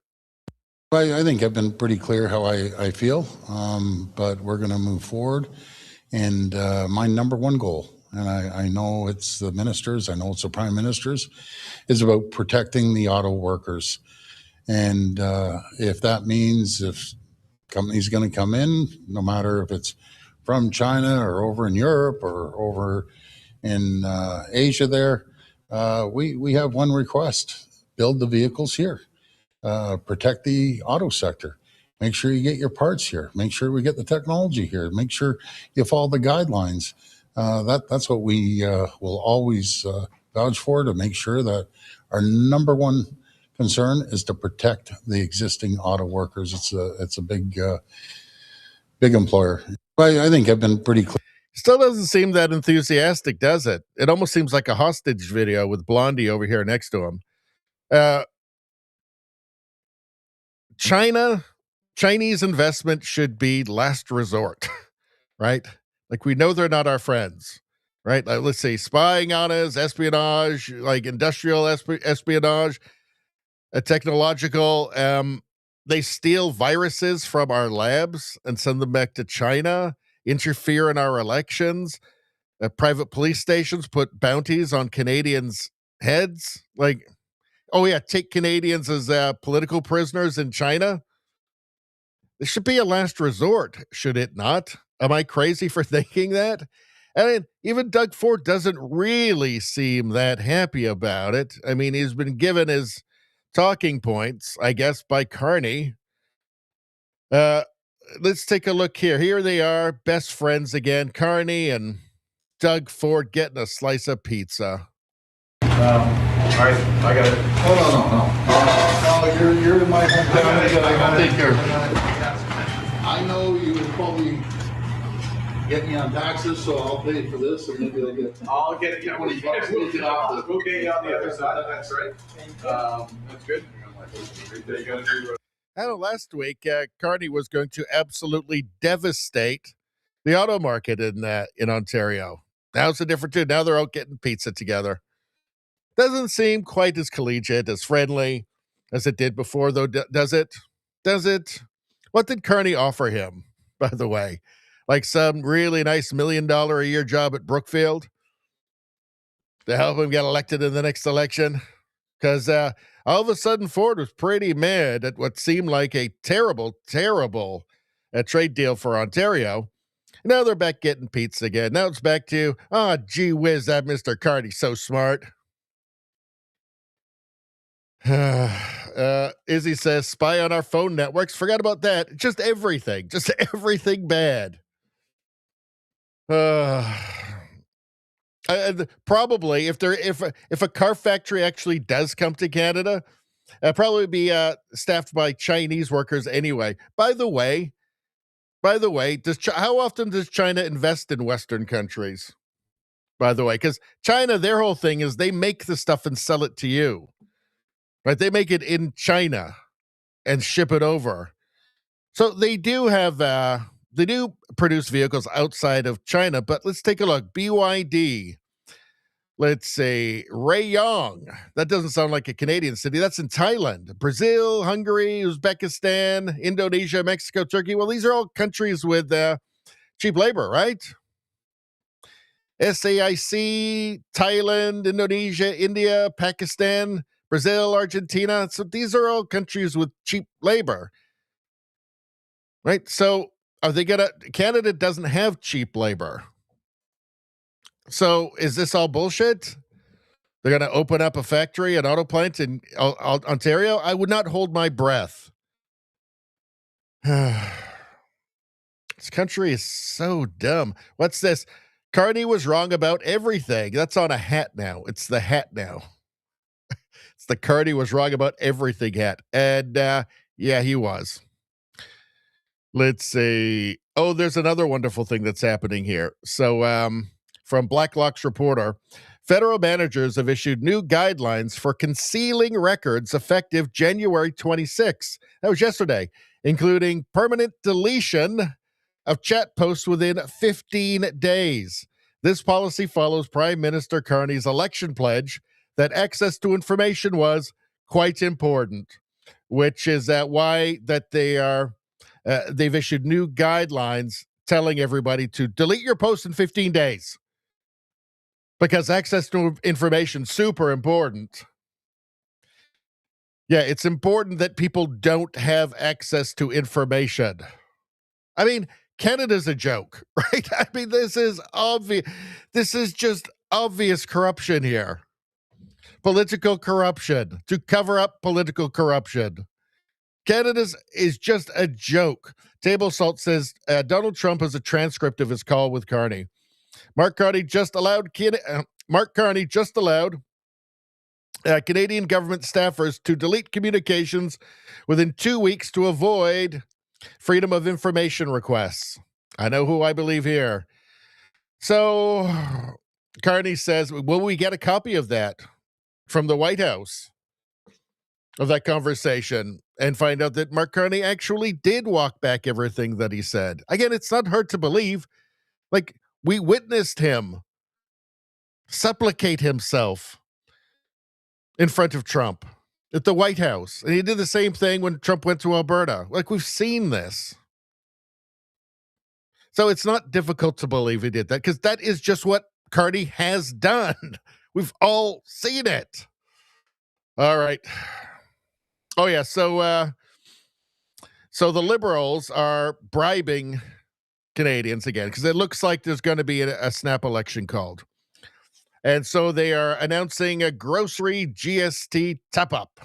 A grocery GST. So they've renamed the GST credit to grocery credit something or other. They've renamed the GST credit, and now they're saying it's for groceries. And they're topping it up for some Canadians, right? $10 billion over the next 5 years. So the reason they're doing that is because groceries are too expensive. And Canadian food inflation is at the top of the G7 after Mark Carney ran on making food affordable again. That hasn't happened. So now they're going to take the inflationary measure of printing money to spend $10 billion to give people food to Band-Aid over the problem that they've caused, which is what leftists always do. Leftist economic policy always results in this. Let's take a look. GST top-up, can we get your response to that? Will the Conservatives be supporting it? Well, first, I should start off by saying that Justin Trudeau tried the exact same thing just a few years ago, and it did not result in lower grocery prices. And remember, Mark Carney himself said that he should be judged on the prices at the grocery store. Today's announcement is a recycled Trudeau-era policy. It will not permanently provide relief. It is a temporary measure. I believe it won't even cover one trip to the grocery store for an average working family. But they continue to make the problem worse with their inflationary deficits, their hidden taxes on farming, like the industrial carbon tax that increases farm equipment and fertilizer. Conservatives will always support measures that provide relief, even if it is temporary. But we renew our calls to tackle inflation by ending the inflationary deficits, removing the hidden Liberal taxes on fuel, farm equipment, like the fuel standards tax that is already adding 7 cents a liter. That's set to rise to 17 cents a liter. So there are measures that we could adopt today, that the government could adopt today, that would permanently reduce food prices, not just a temporary fix, not just a temporary proposal that won't even cover one trip to the grocery store. So, I mean, he didn't answer there whether or not they'll be supporting it. I'm sure they probably will end up doing it for political reasons. Here. So, yeah, he's just recycling an old Trudeau thing here. So let's take a look. Melissa posted this. But wait, Carney said he's running a new government, but it's the same old policies. So what's she talking about? Let's take a look. That's why we created the new grocery rebate. Oh, you also notice that when Trudeau did it, they took all the prices down from the food. Then after he left, they put them back up again because, it looks bad, right? It looks bad. They did the same thing with Carney. Then after, they put the prices back up again because obviously he doesn't want people's. It just looks ridiculous. Like what he's doing here looks ridiculous when you see the food prices. All right. Which will allow an eligible couple with 2 children to receive up to $467. This is a measure that will help make life more affordable for around 11 million individuals and families. So today we're announcing that our government is launching the new Canada's Groceries and Essentials benefit. This will deliver hundreds of dollars more into the bank accounts of more than 12 million Canadians.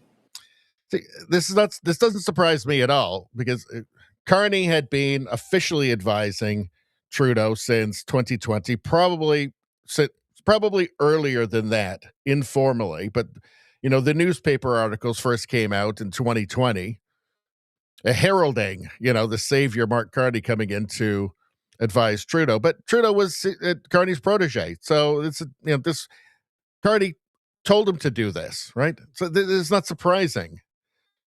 It's not surprising at all. They're essentially the same person, policy-wise.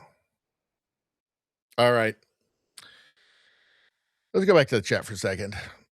What do we got now? Here's another sports thing. There we go. Here's some tennis. All right.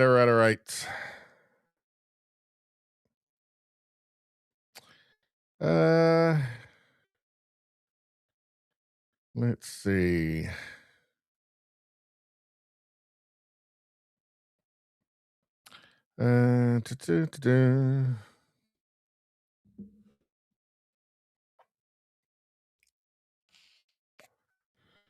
Turtle says we all leer together.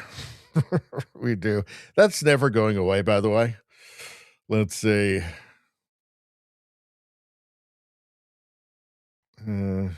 Chef Rico, good to see you. It looks like Chef Rico just popped in quickly. Anyway, if you're still there, good to see you. All right.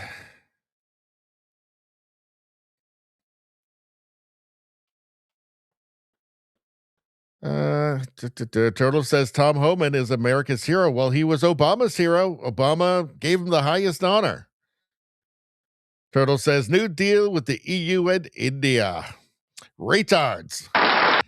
Well, the thing is, especially with India, is that, huge country, lots of people, but it's still a poor country, right? So there's still a huge gap between the small, group, the small cohort that's wealthy, and then everybody else is just poor. Those people end up buying Canadian products. Like, there's a reason why, we have so much of our trade with the largest economy on earth, which is right next door to us, in case anybody forgot. Let's see.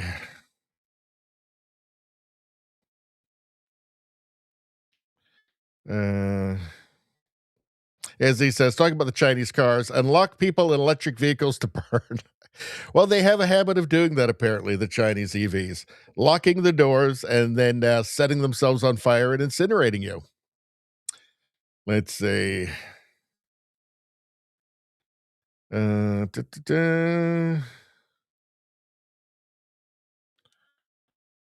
see. Talking about the GST top up, as he says, works well on desperate people looking for handouts. Well, it's always a sign they're going to call an election when they do stuff like that.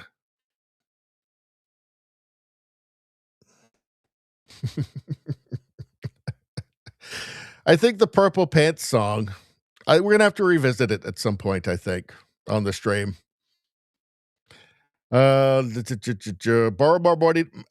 more money to buy votes. That'll fix it is a yes. That's what Trudeau did, and that's what Carney is doing, and they're basically the same person. All right, let's move on. What do we got next? Some Poilievre stuff here. So here's Poilievre in Parliament. Here is Mark Poilievre. Mark Poilievre. What the hell is going on? Here is Pierre Poilievre in Parliament. Here's Mark Gerritsen, who is just another liberal propaganda robot. CBC Watcher posted this clip, and the liberals, they're really not sending their best. If it weren't for the constant media propaganda and narrative control, like they would have no chance of forming government, right? But let's take a look. Commentary, the Honourable Chief Governor Whip. Thank you very much, Mr. Speaker. You know, I've been listening to the same rhetoric, the same speech over and over for years now. We saw this entire opposition motion in a platform that the Conservatives put forward. The Leader of the Opposition ran on everything in this motion in the last election, but he lost. Canadians chose not to go with what he was proposing. So my question... This tells you everything you need to know about leftist politicians, about the Liberal Party of Canada. He's just incredulous that the Conservatives didn't change their principles because they lost the election. Because to him, right, like it's just a game. Politics is just a game. The public is there to trick, to be manipulated. You know, if you don't win, well, then you just find out what the voters want to hear, and you tell them that instead. It doesn't matter what you're actually going to do. Of course, you just cynically lie because it's all about power. And he's just incredulous. I mean, this is a confession, and he doesn't even realize it. Let's watch. To him is very simple, and I hope he uses the opportunity to be a little bit self-reflective. Has he learned anything from April 28th that would suggest maybe he should do something different? And if he did, what is that? The Honourable Leader of the Opposition. Mr. Speaker, the Liberal member seems to be astonished that we would say the same thing after the election that we said before the election. And I can understand why he finds that counterintuitive, because that's what the Liberals do, exactly the opposite. The Liberal Prime Minister promised that he was going to get a deal with the Americans by July 21st. There's still no deal. He said there'd be counter tariffs. There are no counter tariffs. He said he'd spend less. He's now spending $90 billion more, having doubled Justin Trudeau's deficit. He said that there would be more investment. Investment has actually gone down. He said he would build, baby, build, but in fact, he has not approved a single solitary pipeline or removed a single anti-development bill. They do the opposite of what they promised before the election. We keep our word. Questions and comments. Yeah, it does expose like a kind of an unfortunate, cynical reality in Canada. And, Mark Garrett said, I mean, in a purely political sense, he's right. He caught on that Canadians want to be lied to.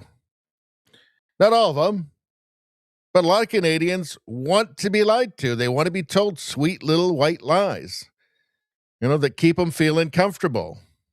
and keep them from questioning their assumptions. Too many Canadians want it. Too many Canadians just want to be told things that make them feel better without having to interrogate reality whatsoever, right? And again, it's like it was like a confession there for Mark Gerritsen. Now, we have some very important news right now, by the way.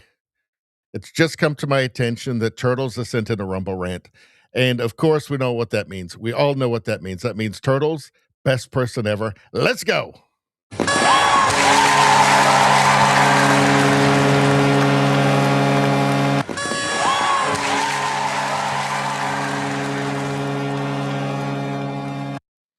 The important part about this, and Turtle says, Kami gets nothing. Which, of course, is one of the most profound way you can string words together in all of history, obviously. But turtles. Now, people out there, they might have their heroes. They might have the people they admire, the historical figures, their own personal heroes, or whatever. They're all great. Don't get me wrong. They're all great. You can keep admiring those people. I'm just here to tell you that compared to Turtles, they're all human garbage. Turtles is clearly the best person ever. Thank you for the Rumble rant. One more time.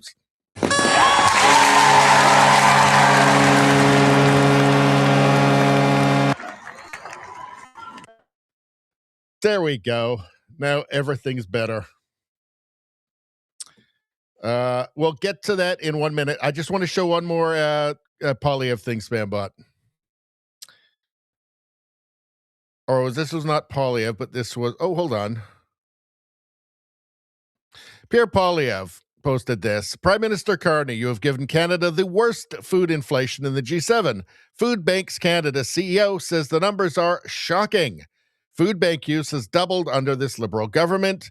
2.2 million visits in a single month. 1/3 are children. This is a gap between rhetoric and reality. Yes, this is reality asserting itself. Will anybody listen? Hi, Miss Beardsley. Pleasure to welcome you to the program. Thank you so much for making the time for this conversation. I appreciate it. Thanks for having me. So you haven't yet presented to cabinet, but I'm wondering when you do, what your main message is, what you hope to tell them. Well, what I'm coming with is the voices of the millions of folks across the country right now who are using food banks, as well as the thousands of folks who operate food banks. And we are sending a message that things are really hard right now for folks. We are seeing record levels of food bank use, 2.2 million visits in a single month currently right across Canada. And we need to see action in order to ensure that folks have what they need to have the essentials of life. Before I get into kind of your suggestions on the action front, I think those numbers are like worth taking a second look at. I know you've had a long involvement with the organization. To what degree have things, in your view, gotten worse? It's shocking even to those of us in the field to see the numbers grow as they have. Since 2019, food bank use in Canada has doubled. These are community organizations that are showing up to make sure that their community members, their neighbors are fed. We're seeing an increase across the board. Troubling numbers include the number of children. So 1/3 of those using food banks are children. We're seeing an increase in single adults who tend not to be seen in legislative priorities. We're seeing an increase in seniors. And, you know, one of the troubling things that we're seeing is an increase in the number of people who are employed, who have jobs, who are now turning to the food banks across Canada. And I remember you kind of sounding that alarm now for a few years. So Carney can go and give as many globalist speeches to his globalist pals in Davos as he likes. And when we all wake up the next day, this will still be the reality. Carney campaigned on the price of food. He campaigned on getting a trade deal with the United States. By July, he said, failure on both counts. Food has gotten more expensive, and the trade deal with these states has gotten worse. So tariffs are worse, food more expensive, highest food inflation in the G7. Okay, here's reality, right? It's not a speech. It's not a bullshit pseudo-intellectual speech to his globalist pals in Davos, right? But it has the advantage of being real. Will anybody pay attention? Will anybody pay attention? Does anybody care about reality in Canada? I guess we'll find out in the next election. Ranting like a lunatic. Let's see. All right. And I think that, all right, let's watch this here. Kate Harrison here. But the Conservatives, I think, are smartly going to wedge the government on affordability. If there's an election, this is what Pierre Poilievre has to focus on, right? No highfalutin globalist speeches. None of that. Just reality, what people see in their bank accounts, right? What people are experiencing when they go buy groceries. That. Just the real pragmatic, just the real, the kitchen table issues. Just a pragmatic campaign with pragmatic solutions for the things that are actually affecting people. Kate, Rob makes the point about like sort of taking away a cudgel from the Liberals and saying, hey, look, I'm trying to make things work. But the other piece of this puzzle, I think, for the Conservatives is the fact that, frankly, politically, Donald Trump kind of hoops Pierre Poilievre sometimes, right? It is hard for him to get into the conversation when the whole conversation is about what the U.S. president has done and how Canada's government is going to respond. So is this not also about trying to clear a little bit of space in there? Yeah, I think that there is an opportunity for the Conservatives to zero in on domestic issues, which largely they have, and they did in the last election campaign. But I think if they are seen to be working concernment to help make people's lives a little bit easier, that opens it up an opportunity for them to draw some contrast when we are likely to see over the coming months the Prime Minister spend very little time in Canada, spend very little time in Parliament. There's actually, I think, a window here for Pierre Poilievre to really own the domestic policy space. Part of it is affordability. I think it's also immigration. I think it's also criminal justice. And so those are areas of strength for the Conservatives. And I think, it's wise of them to want to work with the government on, again, a measure that will make life better. We can debate about, kind of the politics of it and whether or not this is a Band-Aid versus a long-term solution. And I tend to think it's more of the former. But the Conservatives, I think, are smartly going to wedge the government on affordability, because this really is the first time, in my estimation, Catherine, we've seen an attempt at an affordability message from this government since coming to office. Yeah, I think they draw attention to the enormous gap between Carney's pretentious speeches and reality on the ground that Canadians are experiencing, right? I mean, maybe this is a way to help, to assist reality in asserting itself. Convincing people that you can't, or trying to open people's eyes up to the fact that you can't have luxury beliefs anymore, right? When you can't afford groceries, right? You can't afford to have luxury beliefs, right? Like words like diversity or empathy or we thrive because we are Canadians, even though we're not thriving, and that's the whole problem. This stuff all has to be seen as totally meaningless mumbo jumbo, right? It has to be seen as totally irrelevant, okay? What's the price of food? What is the price of milk and eggs, right? Because there's an enormous gap between that and Mark Carney's pretentious speeches. The speeches aren't going to help bring down the cost of milk, right? Maybe pragmatic solutions will. It's not like you have to reinvent the wheel. Start slashing taxes. There's one. All the carbon taxes, gone. Industrial carbon taxes, gone. Start slashing taxes. That will help. You want to bring investment into Canada? Create a healthy business environment. There, done. It's not in reinventing the wheel. We know these things work. I mean, it may not be a pretentious globalist speech, but maybe it could be even better. Just dealing with reality on its own terms. Maybe it'll feel icky for some people who've been brainwashed their entire lives to believe that just the very word conservative is evil and bad And Pierre Poilievre must be mean. He must be really mean. And he's like the Orange Man or something, even though actually he's not at all. But Rosemary Barton's teleprompter keeps insinuating, that teleprompter's got to know what it's talking about, right?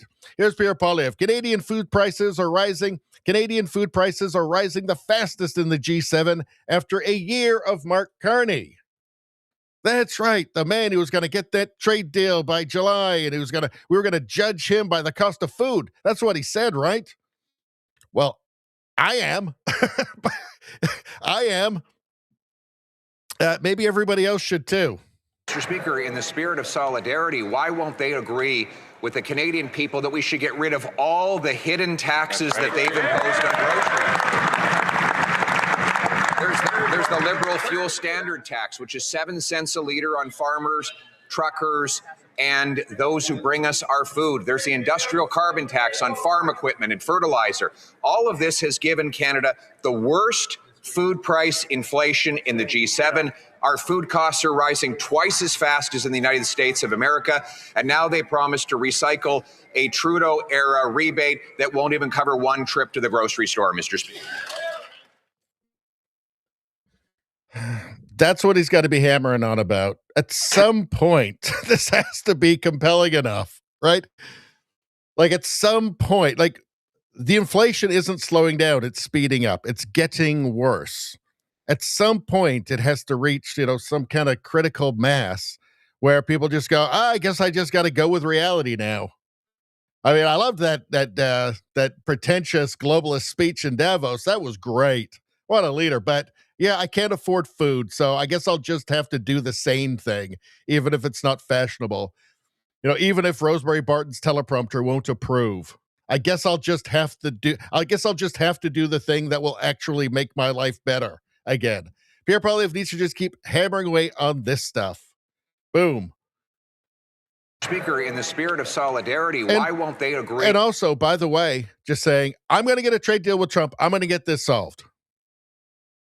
And I'm going to do it. I'm not going to do it publicly, but I'm going to get it done. And I don't care about insults and all of that. We're not going to do this publicly. We're not going to litigate this publicly. We're going to do it behind closed doors. We're going to do it soberly. We're going to affect a stoic attitude and just do what's best for the country. I think that's going to be a winning message, by the way. All right. Now what the hell's going on? All right, so we got through all of that. We're getting close to the end now, folks. Let's go back to the chat. What are you degenerates talking about? Let's see. Borrow money to buy votes, blah, blah, blah. Let's see. Spambot says, this is a great Link Monkey picture. All right, let's take a look. All right, I just have to grab where is it? This is a great Link Monkey picture. Okay, got it. Let's pop it into the thing. Paste it in. And, oh yeah, this is, all right, we'll check this out. Hold on one second. Here we go. So the word on the street is Todd Howe, 30 years at Channel 10. Do you know how hard that is to believe? I just can't wrap my head around it, as we say in the business. But it's been a great 30 years. I can remember like it was yesterday when Todd Howe gave his first weather forecast and said, up here in Texas, I finally figured out where Texas was. So, but I thought maybe this isn't for him. But turns out it was. Turns out it was. Bless you, East Texas, East Tennessee. Did I say Texas? Bless you, WBIR, East Texas. All right. Now, we've got this totally unrelated from Mark Nixon. Mark Carney is getting absolutely pounded in X polls. Let's see. Toronto Morning, let us take a poll. Who would you prefer to be the Prime Minister of Canada? Poilievre 93, Carney 29. It's polling Canada. Trump 71, Carney 29. That's funny. I mean, these are X polls, right? So these are not in any way accurate at all. I mean, because of mainstream media in Canada, mainstream media programming in Canada, the United States is now less popular than China in Canada. So these are not accurate in any way, but it's funny though, right? I wish. Let's see. All right, looks like we lost Turtles. Good night, Turtles. All right. Izzy says, keep on spending. How could it possibly go wrong? How could it possibly go wrong? You just spend forever. You borrow money forever, right? Nothing can ever go wrong. Let's see. Another one from Spambot. And let's copy it. All right. Let's see what Spam wants. All right. Okay. I don't have the heart to do it to you guys again. Hold on. There we go. I'm not doing it again. I've got to stop doing that. I don't know. I find it so funny, the Todd Howell thing. I find it hilarious, but maybe not everybody finds it as funny as I do. I don't know. Instead of the Super Bowl, I'd rather watch 4 hours of Tom Homan deporting illegals. Sure. You know, Super Bowl Sunday, 3:30, and a couple of weeks, I guess. I don't know, should I do the show? Should I do a late show on Super Bowl day? I mean, there'll be people that'll be. I mean, I might want to watch it. Maybe I'll have some people over to watch the Super Bowl. I don't know. Maybe I don't really watch football anymore. I used to watch a lot of sports, but not anymore, except for boxing and a bit of MMA. But I don't know. We'll have to see. Super Bowl is kind of a special thing, you know. I usually do watch it just because cultural thing. Nostalgia, you know. Dad always used to watch it. Let's see. Izzy says, Carney isn't trying to help Canadians. He's trying to save his investments and enrich himself and his friends. Well, if he were working for the well-being of Canadians, he would be doing things completely differently. So instead of constantly sabotaging any chance of actually hammering something down on the tariffs, he would actually he'd be practical and just actually try and find a solution. Right. And so he's clearly publicly sabotaging it at every opportunity that he has. So what are his motivation? He's not motivated by the well-being of Canadians. He's motivated by his own selfish interests. And obviously these are tied in with him being the global point man for net zero and his deep, deep financial connections to all of that.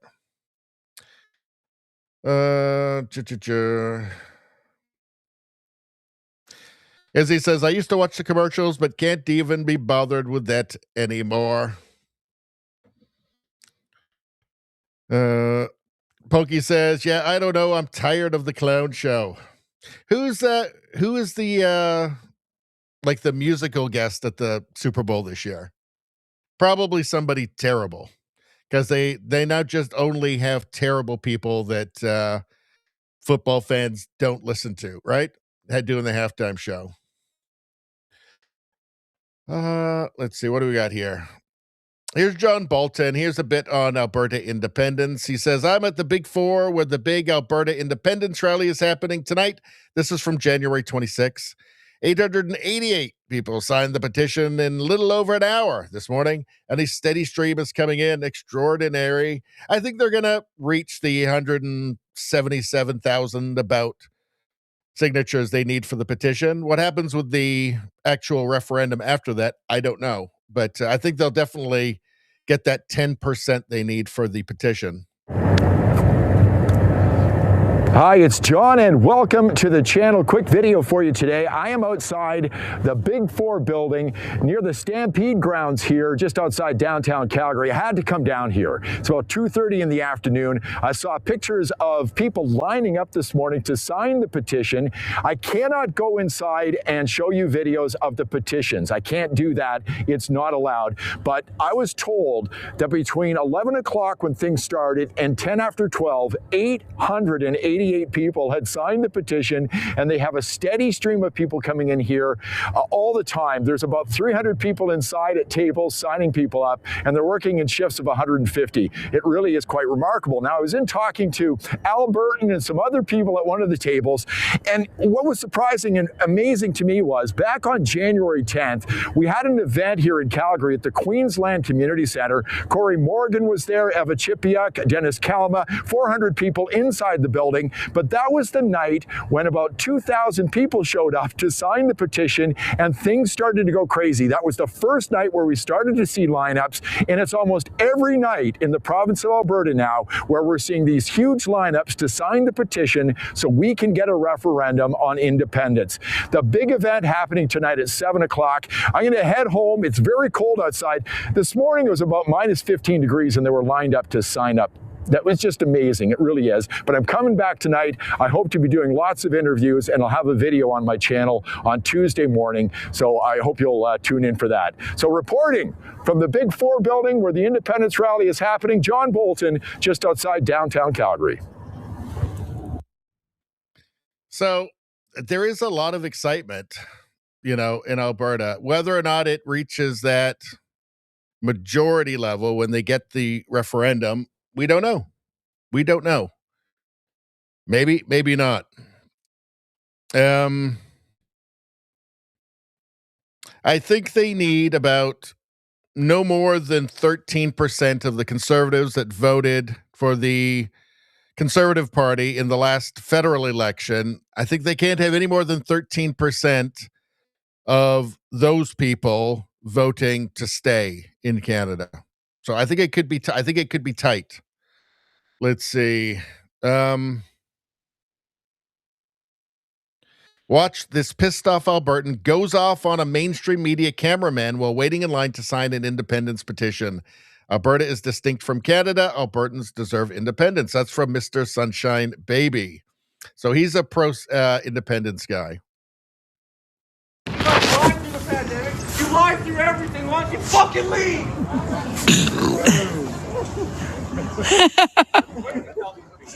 Bye, CTV. Bye, CTV. See you later, CTV. I do think that it's a little bit counterproductive because we do complain that the media absolutely ignores everything they don't like. So them showing up, I mean, it's true. They did lie through everything. They did completely lie throughout the pandemic. They lied about the Freedom Convoy. They're lying constantly now. But it's good that they're actually at least there, right? So you probably want to put your best face forward for that. So I understand the anger and everything. I'm not saying that it's even wrong to do that because they are awful and they are going to spin it and everything. So I don't know. Maybe I don't know what I'm saying, but just off the bat, it kind of strikes me a little bit as maybe counterproductive, but I don't know. What does it really matter in the end? What are you guys saying? Izzy says the halftime show is that guy that doesn't sing in English. I don't know. Isn't that like half of them now? Pokey says, time to fire them all, save billions and billions. As we all saw, the provinces are very capable of negotiating for themselves. Do you know what? If you just had all of the premiers negotiating together, it would be better than Carney. I think this is an interesting point here, actually. Let's see. Nevada says, that's Todd Howell's cousin. He's got a lot of cousins. Canadian Spider-Man, how you doing? Says Alberta will separate. Any student of history knows that maps always change. Well, a lot of people they're living as if we're at the end of history, whereas nothing really big will happen from now on. Nothing really bad can happen. Canada will always be an affluent country. We'll always be together. Nothing's really going to really change. It's why you see so many people supporting insane policies because they don't know anything. They're historically illiterate, right? So they can't imagine having to watch your family starve in front of you, right? Like the kind of prosperity that we've all lived through is an aberration. That's not the norm. The norm in history is subsistence living, poverty, right? Like starvation was not a rare thing, right? And a lot of people just, again, they have this optimism bias as if just nothing will ever really go wrong. We're at the end of history. Nothing can ever really change that much. And whatever crazy ideas and ideology I hold, there's not really going to be any serious consequences. We can't possibly suffer like people throughout all of history have when they've fallen prey to terrible ideologies. I mean, right now in the world, North Korea exists right now. I mean, so I'm agreeing with Canadian Spider-Man here, right? I'm not saying I don't know for sure that Alberta will separate. I think that's still up in the air, right? A tell will be when the final vote or signature tally for the petition that will tell us a lot what the chances are. But it can happen. So the people that say, well, it'll never happen, Alberta will never separate, and they poo-poo it, they're wrong to do that. Alberta could separate. It's an absolute possibility. That's my point. So that's my roundabout way of agreeing with Canadian Spider-Man without agreeing that it's a given that Alberta will separate, at least in the next, few years. But it's possible. Pokey says, I'm over 60. I've seen nothing but decline. One criminal, and I mean criminal after another. Yeah. Yep. It's not, I mean, the real decline started under Trudeau. That's where it accelerated. There was decline under Harper as well. We have to be honest about that. But Canada was still Canada then. And Trudeau, after remaking the Liberal Party into, the embodiment of himself, into a radical progressive party, right? I mean, Chrétien, right? Chrétien wasn't the greatest prime minister in the world, but he was normal. It was normal politics. He wasn't crazy. The Chrétien liberals would be the Carney liberals would call the Chrétien liberals far-right Nazis. Rosemary Barton and David Cochrane's teleprompters would call, Chrétien a far-right fascist today. If you were to just transplant that to today, right? The country has been transformed over the last 10 years by Trudeau on purpose. Nobody was ever talking about Canada being a post-national country with no core identity. Nobody would have dared say that. No Canadian politician would have dared say that. The only reason Trudeau was able to is because he had the total collusion of the mainstream media. It's the only reason he was able to do that. Let's see. As he says, that's just it. They aren't there to report. They're there to make the right look bad. Yep. Canadian Spider-Man says they will spin it. Doesn't matter. They always will. Yeah, of course they're going to spin it. Let's talk about CTV there. Canadian Spider-Man says, sub to Radio Baloney. Cheers. All right. Great minds think alike. In the next 50 years, they will separate. I'm moving there from Socialist BC to help the vote. The thing is, I was living there up till 2020, and I came back for family because, family has to come first, right? But I was quite happy in Alberta. But it's something I just had to do. And, I'd be happy living there now, and I could definitely see myself moving back at some point. But yeah, I don't know. I mean, it's great. I'm in BC, and I do like the weather better. I will say that. And I like where I live. But I was pretty happy in Alberta too. And in the next 50 years, yeah, that seems a lot more likely. I can, again, it's hard to put it. Justin Trudeau was a disaster for national unity. Mark Carney is Turbo Trudeau. So he's a catastrophe. Is a catastrophe worse than a disaster? He's a super disaster. He's a turbo disaster, Mark Carney. There's no telling how much damage he can do in what took Trudeau 9 years to do his damage, to fundamentally change Canada and cause generational damage. But Carney's the main man. He's the source. Trudeau was just Carney's protege. So, yeah, I mean, it's absolutely not a given that Canada doesn't fall apart even in the next 10 years or next 5 years. Let's see. Canadian Spider-Man says 27 years on each coast. We are two different countries with different values and beliefs. Yeah, it's true. By the way, the nicest people in Canada are in Alberta. Although, in my time I've spent in Ontario, I like the people there too. And pretty much everywhere. The worst people are actually in British Columbia. The snobbiest people, the most pretentious people, but most people here are still pretty nice as well. Gotta be honest. I mean, like, the friendliest people are actually down in the States.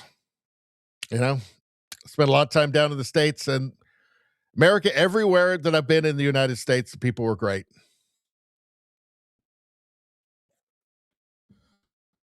Let's see. Pokey says, I actually think Canada's on its way out. I see zero cohesion and see disunity. And is it disunity there? And lots of anger. Well, Canada's in really bad shape. Like, it is not a given that Canada is going to stick together.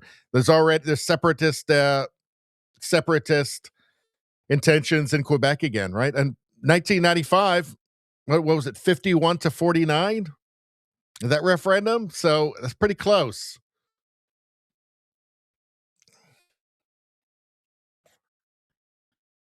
Canadian Spider-Man says, winter in Texas, summer in Alberta, problem solved. There you go. Although cold in Texas right now. Nevada says, Carney has got to go. Izzy says, it blows me away that the left voted for a banker. It just shows you that they just don't care. It was really, and every demo right now is for the Conservatives, except boomers, liberal boomers. They've got I think a 22-point advantage. That's what won it for Carney in the last election. It was the liberal boomers who were terrified of property prices going down and losing 5% of their home equity, ready to just sell out their kids, their grandkids, their great-grandkids, the whole country for just a little bit more comfort. There's a lot of great boomers in Canada, and some of them watch this show. But those smug liberal boomers who know nothing, you see the interviews with them, they know absolutely nothing. Right? They're just voting purely on fashion and just some nostalgia from when they were hippies or something, right? And just, they're pro mass immigration because they know it's just shooting their home equity up and fuck everybody else. Who cares? I've got that riverboat cruise on the Danube coming up in February. All right, anyway, let's keep going. We got stuff to do. What's going on here? Food Professor, this is very quick. We'll just go through this. The Food Professor posted this. The Food Professor, Dr. Sylvain Charlebois, a visiting scholar, McGill University, interviewing candidates for a few positions these days. One candidate, originally from Iran, recently completed her master's degree in economics after coming to Canada in search of a greater freedom. She told me her graduate training in Iran was heavily focused on Marxism and Stalinist economic thought, which didn't go so well. She was surprised to encounter much of the same theoretical framing in parts of her graduate education in Canada. That gave me pause. It should give us all pause. It's terrifying. It's terrifying. It's a total domination of this failed, this disastrous, this anti-human ideology, this catastrophe, of which there are no positive examples. None.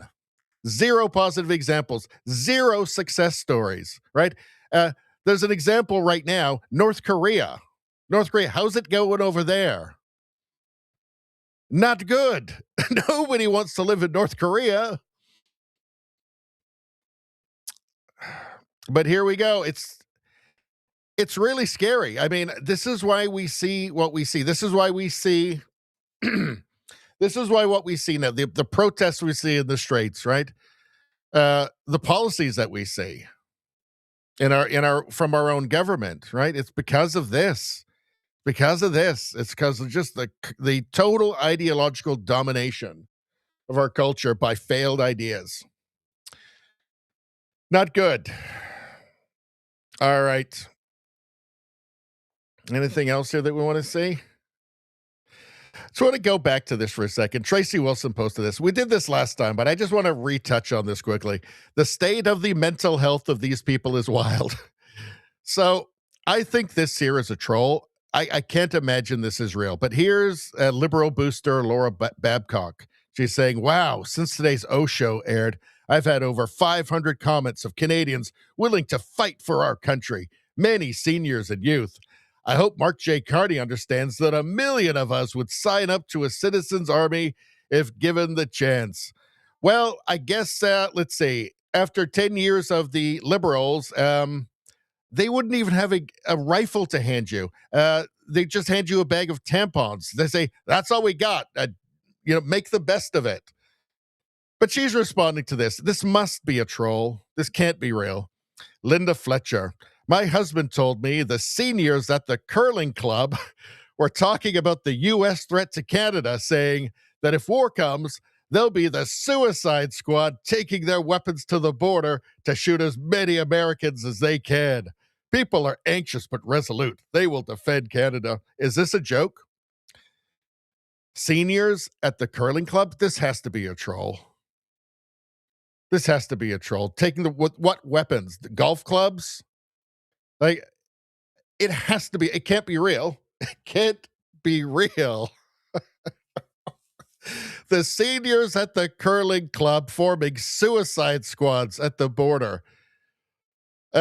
These are the people that have nightmares and night terrors at the prospect of losing 3% of their home equity.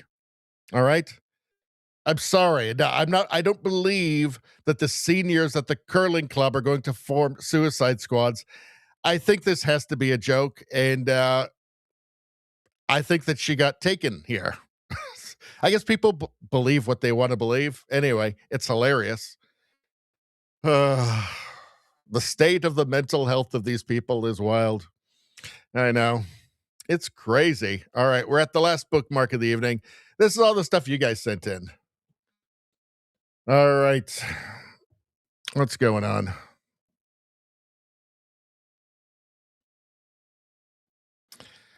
All right, I gotta go back. There's lots of chat going on here. Let's see what I'm. By the way, anybody watching on YouTube, Rumble people, don't worry. Everything's going to the same place. But for YouTube, I've got a second channel.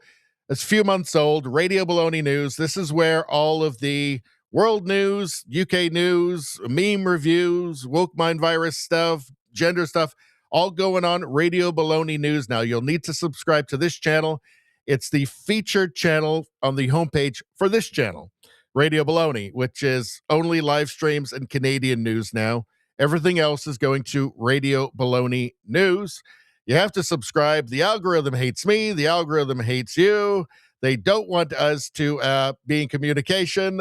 They fear our power, frankly. The algorithm fears our power, how strong we can become. And also, when you subscribe, it makes some purple-haired gremlins somewhere in the world cry. Not too much, because we don't want to be cruel, but a little bit. So we got that going for us. So subscribe to the channel. And also good karma and stuff. Let's see. What we got from Spambot here? Hold on. Spambot's got something for us. Power of makeup. Let's take a look. Copy. All right. I'm just a humble link monkey, fetching the chat's links. What's this? All right, what's this here? All right, I've never seen this before. I'm just totally trusting. I'm going out on a wire, trusting Spambot, a man of memes, the power of makeup before, after. That's a big change. Although actually, she still looks nice in that picture. Let's see, that and that. Okay. And then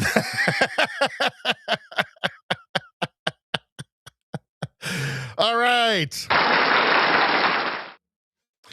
Although I've always thought Nancy Pelosi looked more like a malfunctioning robot, like Android or something, like when it was about to be dropped off at the robot, junkyard. Because I always expected like she'd be like, okay, blah, blah, blah. And then all of a sudden, like her eye would pop out and a spring would come out and then her jaw would fall off or something. That's just what I thought. I don't know. Let's see. All right, good one, Spam Butt. Let's see. Canadian Spider-Man says the boomers voted because of TDS. By the way, I don't think that the 51st state thing or Governor Trudeau or any of that, I don't think that made a difference. They were always going to run on Trump derangement syndrome. They'd been programming Canadian boomers on the CBC to be Trump deranged for the last decade. And they were going to that well, right? There's like a circle jerk where you've got the government-funded media obsessively reports negatively on anything American conservative, anything Donald Trump, or just anything American conservative at all. They're obsessively criticizing any so-called expert they have on is from the Washington Post or New York Times. So they've been doing this with a purpose, because then the liberal politicians go into Parliament, and what do they say? Well, they start comparing the conservatives, the Canadian conservatives, Pierre Poilievre, to Maple MAGA. You see how it works? So the media serves it up because there's no reason they need to obsess about American politics, American conservative politics, and Trump as much as they do. They don't, and they've been doing this well before the tariff stuff. This has been a solid 10 years of it. Okay, they're doing it with a purpose, and they're serving it up on a platter to the liberals. They go into Parliament or on the CBC and talk about Maple MAGA, and Pierre Poilievre is exactly like Donald Trump, even though to just anybody who's the slightest bit unbiased can see that Pierre Poilievre really has no resemblance to Trump. He is nothing like Trump in manner or anything. I mean, yes, there are some shared conservative politics, but the same as Harper or anybody. It's just, obviously conservatives are going to share some policies, right? Or most of their policies. But Pierre Poilievre is not Trump. That's a ridiculous claim. But it's a plan, right? It's all done very intentionally. And the boomers, of course, are very susceptible to it. And their brains are plugged direct. They're the only Canadians whose brains are plugged directly into CTV and CBC and global news.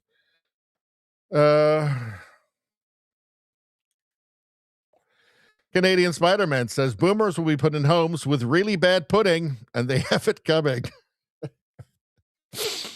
Butterscotch pudding. Although they like butterscotch pudding. So, let's see. Pokey says, not many Canadians saw what bad financial leadership can do. I was in Arizona in 2012, bought a house for the price of a car. In-ground saltwater pool, wraparound patios covered, everything automatic. Wow. Well, in the States, I mean, they do complain about the price, and in some places, extremely expensive. But through most of the states, houses are like half the price of Canada still. Oh, man, how you doing? Good to see ya. There will be nobody to take care of them when shit hits the fan. Well, this is a point I've made. Like, are you sure you want to anger the young generations? Are you sure you want to sell them down a river for a little bit more comfort for yourself? Are you sure? Like, in a good country, in a moral country, old men plant trees, the shade of which they'll never know. That's what good men do. That's what happens in a good society, right? That's not what's happened in Canada. The Canadian leftist boomers have just gone mad and totally selfish. Again, there's lots of great boomers in Canada. Some of them are watching the show. But they've gone completely selfish and just sold out every generation. That picture of the Brentford boomer during the election. I mean, that just summed it up, right? Given the finger. I was appalled during COVID. This demand that children must wear masks and get experimental vaccines to protect elderly people. That is not planting trees, the shade of which you'll never know. That's the opposite of that. That's, I think, evil, quite frankly. Willing to sacrifice children for yourself after you've lived a full life. I think that's awful. That said awful things about Canada. Let's see. And it shows that we are living in total moral confusion in Canada at this point. JDL, how you doing? Let's see.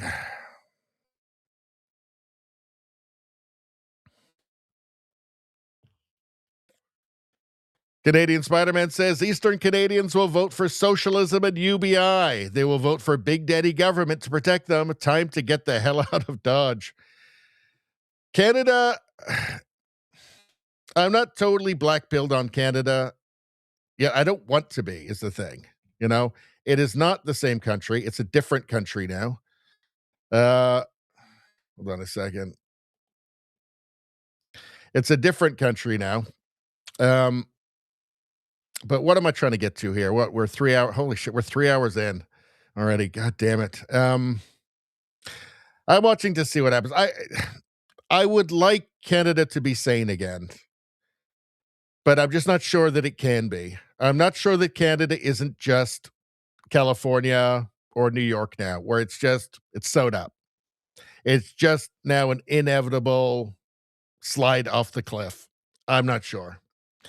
And when it hits the ground, it just breaks into a bunch of different pieces, possibly. So it is sad. It's sad that I have to say that, but like, I'm not really optimistic.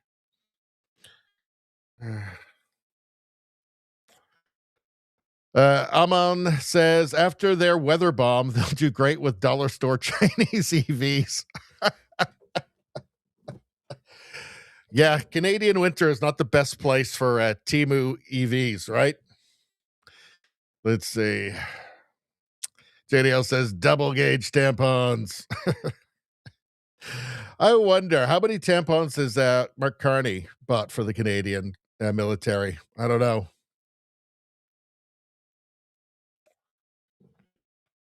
Canadian Spider-Man says, no way I'm in fighting form, but no way in heck would I nor any of my friends fight for Kanakistan nowadays. Well, this is the question. Like, what are you fighting for? For globalism? Are you fighting for Mark Carney's globalist friends to make money? To become unimaginably wealthy? What are you fighting for exactly? Right? Like, what? Like, we've been told that Canada... We've been told by the Liberals that Canada is a post-national state with no core identity. And basically, we're just whatever anybody who got here 15 minutes ago is. That's good enough. Right? We've been told that it's a perpetual, that there's an ongoing infinite genocide going on in Canada. These are the things that they tell us. I mean, what do they expect people to fight for? Are you supposed to fight for net zero? You're supposed to fight for carbon capture? For, taxpayers to go to subsidies for carbon capture so Brookfield could make money? Like, maybe they should have thought first before they broke the national identity. That might have been a smart thing. Let's see.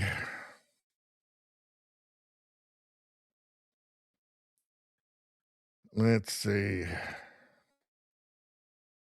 All right, I'm going to skip down. There's way too much chat. Let's see. Let's see. Rosie says to JDL. Well, let's see what did JDL says. Hey, wait a second. Something wonderful is happening here. Hold on. Rosie. Best person ever. Guess what? Rosie's the best person ever.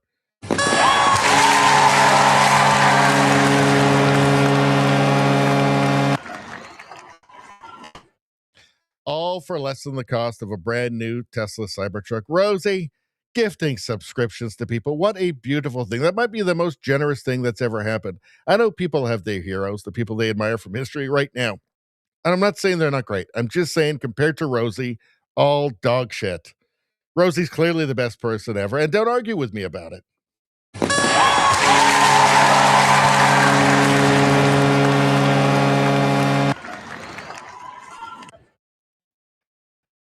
It is so easy.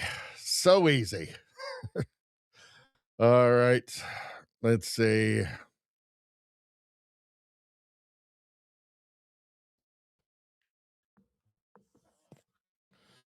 Abin Nur Mohammed said, I'm a white Irish guy. This name is to flush out racist liberals.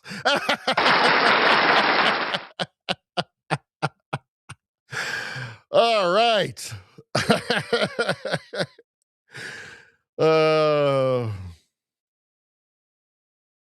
All right.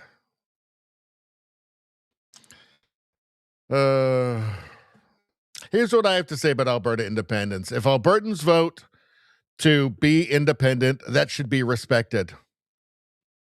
And they're not crazy, by the way.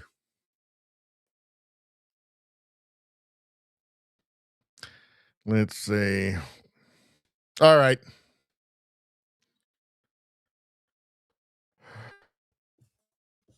All right. Let's move on. Let's get to the last thing. This is the stuff you guys sent in. Top 5 name pranks. Let's take a look. Top 5 I don't know what that is. Name pranks. All right, let's take a look. Let's make this quick. He goes by Dill, though. You can just say Dill. What's his last name? Doe. Doe? Yeah. Dill Doe? Yeah, right. What's his name? First name's Holden, last name Two Dicks. Attention, Merge customers. Will Holden Tudix please come back to the building materials desk? Holden Tudix. Okay, and her name? Her last name is Tracian. Tracian? And then first name is Penny. Penny. Yep. Penny Tracian, can you please meet your party at the pickup and returns desk? Penny Tracian, please meet your party at the returns desk. His last name is Owners. First name is Gabe. Attention customers, meet your party. Gabe Owners. Gabe Owners. Dixon Myers? Yep. Nice try. What do you mean? I'm not paging Dixon my ass. That's like dead ass his name. Where's Robert right there? I want to hear him page that. All right. Do you know how to call for my brother to meet me back up here? If you could. That's what he wants. Yeah. You know how to do that. Well, he said he couldn't. What's your brother's name? His last name is Maez. First name is Dixon. Dixon Myers? Yeah.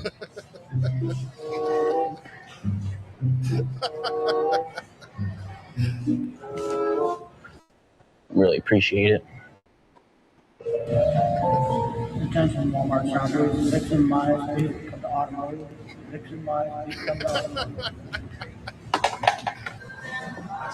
Perfect. That was good. He goes by Dill, though. You can just. That was all right. That was all right. This one's good too, actually. Let's see. Canuck Six Trigger, how you doing? All right. So what's this here? She put ghost peppers in her lunch to find out which coworker kept stealing her lunch. Oh dear.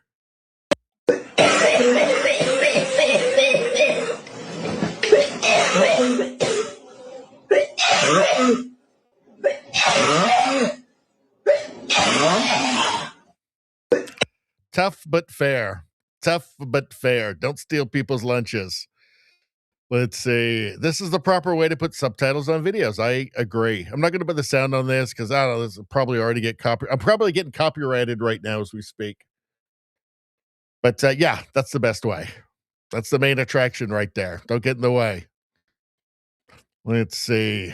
This is a perfect example of how the media deceives you. Always be skeptical of edited clips. Context is everything. Well, the leftist trick is, the activist trick is that they provoke an attack from police or somebody they don't like, and then they only show the part where the response is. So they say that the action is the reaction. That's like a liberal or a far leftist extremist, a far leftist strategy. The reaction is the action. So anyway, he explains it here. Let's take a look. Okay, right now I will show you a conflict that has taken place in this office, and you tell me who's the aggressor, who's the victim. No, don't. How's that feel? Ow. You deserve that. How's that feel? Cut it out. So that'd be comparable to the first clip that you guys may have seen where you go, this is a public execution. That seems pretty cut and dry. Yeah. Right? Good guy, bad guy. Now let me just rewind it a few seconds, a part you didn't see. Does this change it? Ow. How does that feel? Hey. Ow. No, don't. How's that feel? Ow. You deserve that. How's that feel? Cut it out. Oh, well, now that clearly seems pretty cut and dry. We thought that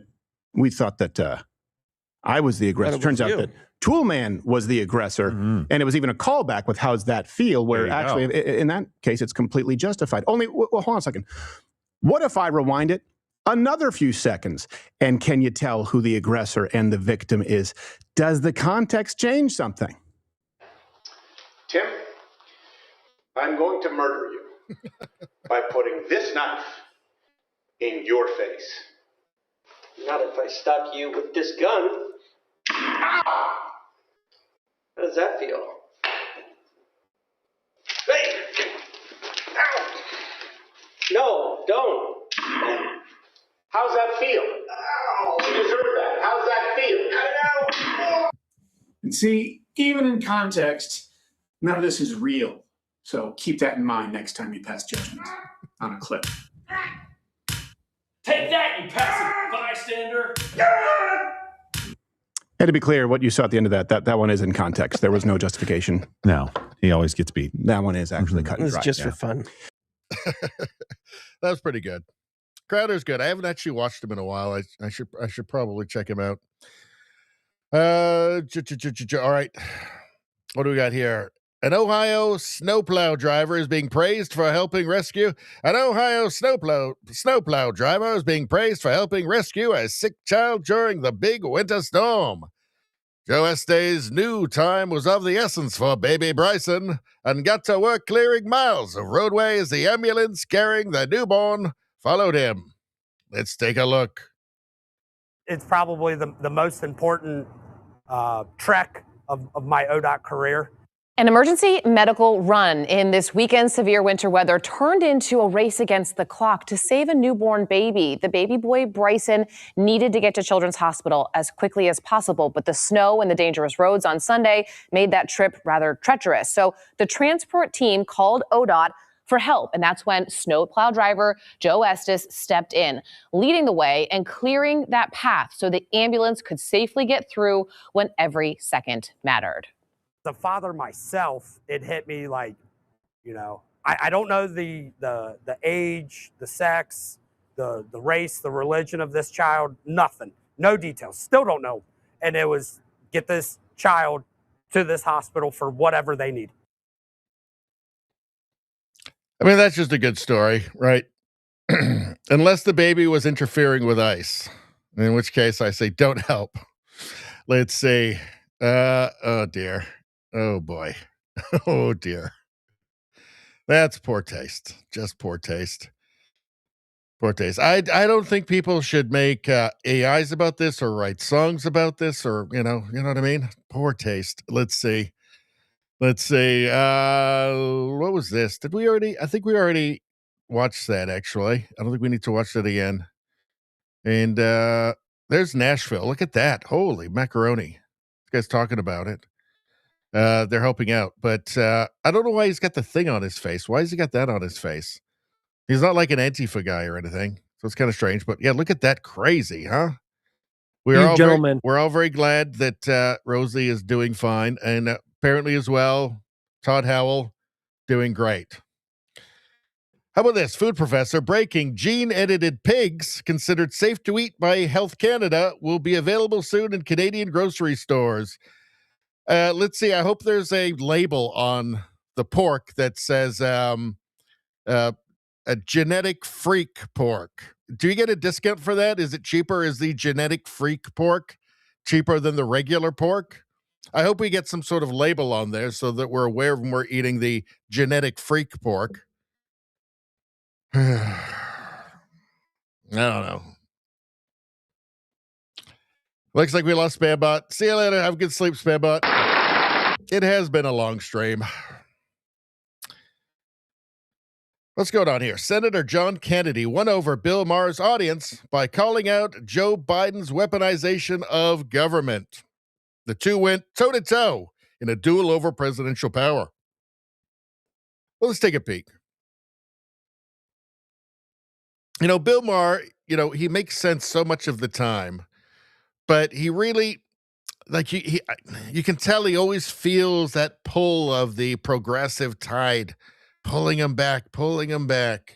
So he'll never really reach full sanity, unfortunately, but let's take a look. President Biden, for the first time in this country's history, prosecuted a former president, a former opponent, who was his current opponent. I understand. And he unleashed spirits he could not control. Well, but again, it was the first time we did that. It was also the first time that something prompted us to do that. No. No. Wait a minute. No, wait a minute. They allege. I'm not defending the president or his conduct. You make your own. You make your own judgment about Okay, all right. That sounds like. But you can be worried. You can be worried about the president and not defend the conduct. But wait, they're alleged that President Trump defrauded the American people. Okay, what does that mean? How about when President Obama said, if you like your insurance, you can keep your insurance? Is that fraud? Not quite on this. No. Come on. But is that fraud? It wasn't the best thing he ever said, and it turned out to be not completely true. It's well within the realm of political. How about the people around President Biden? Okay. Who hid studiously and successfully the fact that he had neurodegenerative disease. Should they be prosecuted? Well, I mean, Hillary Clinton famously wasn't prosecuted while she was running for president, even though she had clearly been clearly behaving illegally with classified information, right? Like breaking, like literally smashing cell phones with hammers, right? The bleach spit, all that kind of stuff. Obama killed American citizens, just killed them, right? Abroad. And you're not supposed to do that. That's bad, right? Trump said march peacefully and patriotically. End of story. Let's see. How long is this? 6 minutes? I don't know if we have time to get to this. I keep meaning to get to this and we don't. Thing is, this one isn't time sensitive. This is kind of evergreen, so we could really show this one anytime. I'm going to hold on to that one a little bit longer. Victor Davis Hanson. I think I got him on the thumbnail. We better do Victor Davis Hanson then. Want to know what's going on? Listen to every single word. Share it with everyone you know. So we're big fans of Victor Davis Hanson on this channel. He has an ability to take, complex situations, complex ideas, and kind of bring it down to earth in a way that I personally can understand, which is difficult. Anyway, let's watch. And they call it the MAGA revolution. It's not a revolution. It is a counter-revolution. There's a big difference. This is a restoration. Let's use the word Trump restoration. We don't really appreciate what we've been through with 8 years of the Obama revolution and the 4-year more radical third term of Obama using or employing the waxen effigy of Joe Biden. A revolution that we've experienced was a cultural, economic, political, social revolution. It was very similar to the French Revolution, under the Robespierre brothers. We should remember what they tried to do. They changed the days of the week. They renamed things. They tore down statues. They went after the church. Does this sound familiar? This revolution that we've experienced, everything was up for sale. Everything was negotiable. We invented a third gender and rammed it down people's throats. We tore down statues. We said 1776 was no longer the foundational day. It was 1619. We changed the very mechanism that we vote. We went from 70% of the electorate voting on election day to 70% of the electorate not doing that, either through mail-in or early voting. That was a radical change that had no discussion. It was done by fiat. It was incredible. We looked at girls' sports and we destroyed it. We said that transgendered biological males that were now transgendered females could compete. They won over 600 medals they took away from hardworking female athletes. We had drag shows among young children. It was an effort to change the entire Constitution. We forget that. They were trying to bring in Puerto Rico as a state and Washington, D.C. to get 4 instant senators. They were proud. They said that they were going to pack the Supreme Court. It hadn't been tried since 1937. And it was a object of disgrace ever since, but they were proud to try it again. They talked about making states, the Senate look like the House. They wanted, and a lot of them were advocating it was not fair that one senator in Wyoming, to take one example, is worth 250,000 votes, but a senator in California represented 20 million. They wanted to change the makeup of the Senate. They wanted to get rid of the Senate filibuster. Remember that. They wanted to bring back neo-Confederate nullification. 600 jurisdictions in the manner of South Carolina in 1832 or on the edge of the Civil War in 1860 when neo-Confederate Southern states said the federal government's law does not apply to us. Tariffs, Yankee tariffs, no, we were going to override them. Andrew Jackson almost invaded the Carolinas over that, South Carolina. And so these jurisdictions said, federal law doesn't apply here. We're exempt. We have our own laws. Federal immigration law does not apply here. It applies everywhere else to you, but not to us. So this was a revolutionary movement. Movies were different. Sports were different. Take a knee.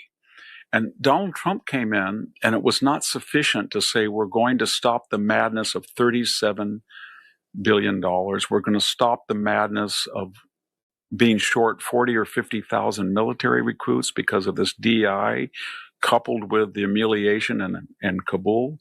We're going to stop the appeasement of China. But that wasn't all. He said, the government is broke. We're going to go through all of these agencies. And finally, for the first time in the history of this country, when somebody says they're going to cut federal spending and drain the swamp or cut the administration, we're going to do it. And there's going to be no changing names except to go back to traditional names. And we're not going to topple statues. And if you break the law and you're on campus and you're on a student visa, you're going to go back home. So we're in the midst of a counter-revolution. It's not revolutionary. You know what it is? It's a return to normalcy. It's a return to common sense. It only looks revolutionary to revolutionaries. But to the rest of the people, it is a counter-revolution to restore normalcy and bring the country from the far left fringes back home again. He lays it out, I think, very well there. And I think most people, it's the same story in every Western country, by the way. Most people don't realize just how crazy their society has gotten. Right. And it happens, a bit, bit by bit. And next thing you know, you've got politicians and the news praising like child sex changes, something that just would have been unthinkable not that long ago. But you don't get to turn out a new Red Guard every year from university for decades and not end up with a revolution. You just don't get to have that. That's the purpose of doing that. That's why they're doing that. That's why these universities, the colleges are doing that, to have a revolution, right? Conservatives are an endangered species in post-secondary now. In the humanities, they're basically extinct already. So it's totally, why would you expect anything else to happen if you just keep turning out revolutionaries every year? Of course, it's not every student, but some of them, and it adds up. And it adds up, and then they become professors. And now they're contributing to it, right? And then you find yourself in this situation, and it's every Western country. All right. Thank you, Victor Davis Hanson. Unk is hardcore. Actually, let's go back to the chat for a second. Not for too long, though, because we've got to get moving.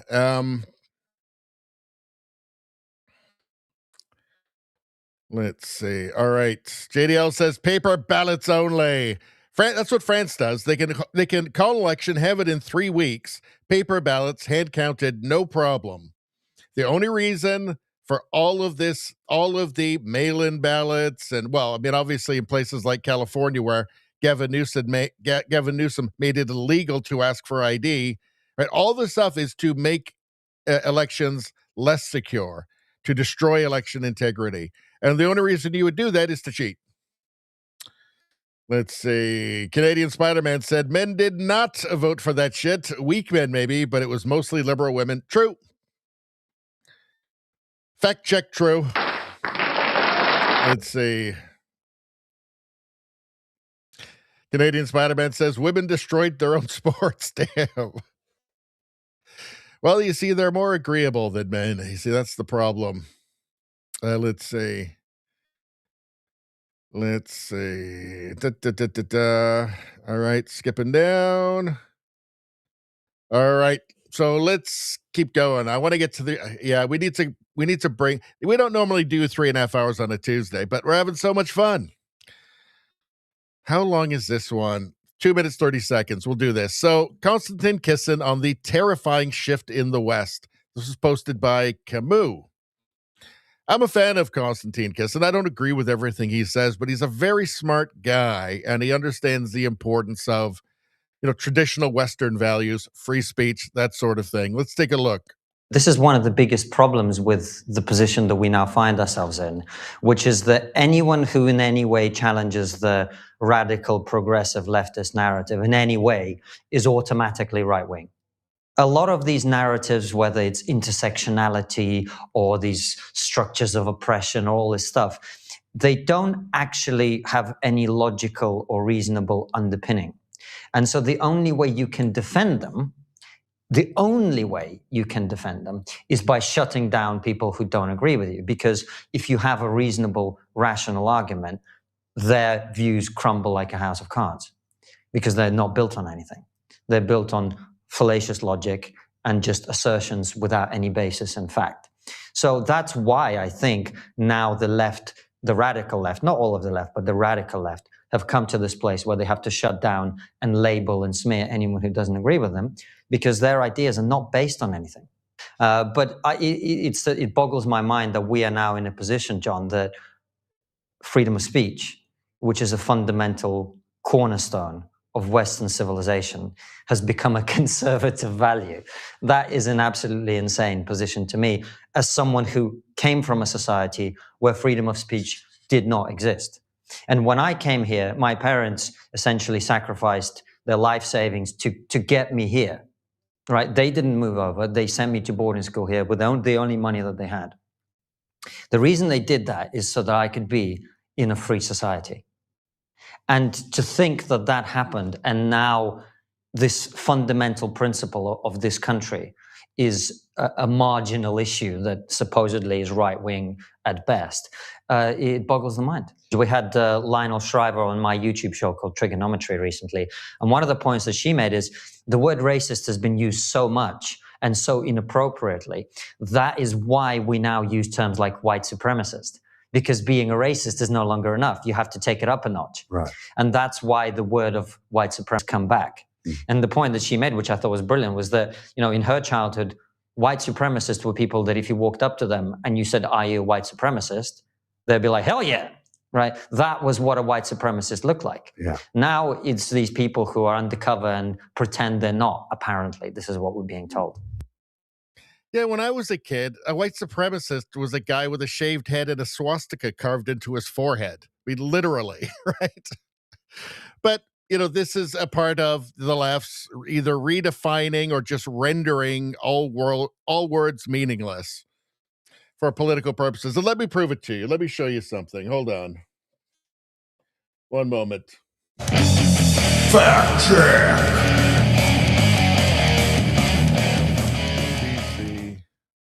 Freedom.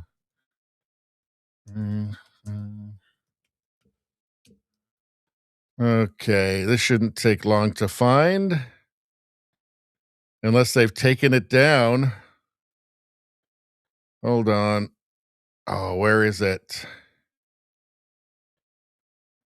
There was an article in the CBC in which they claimed the word freedom was a far-right dog whistle.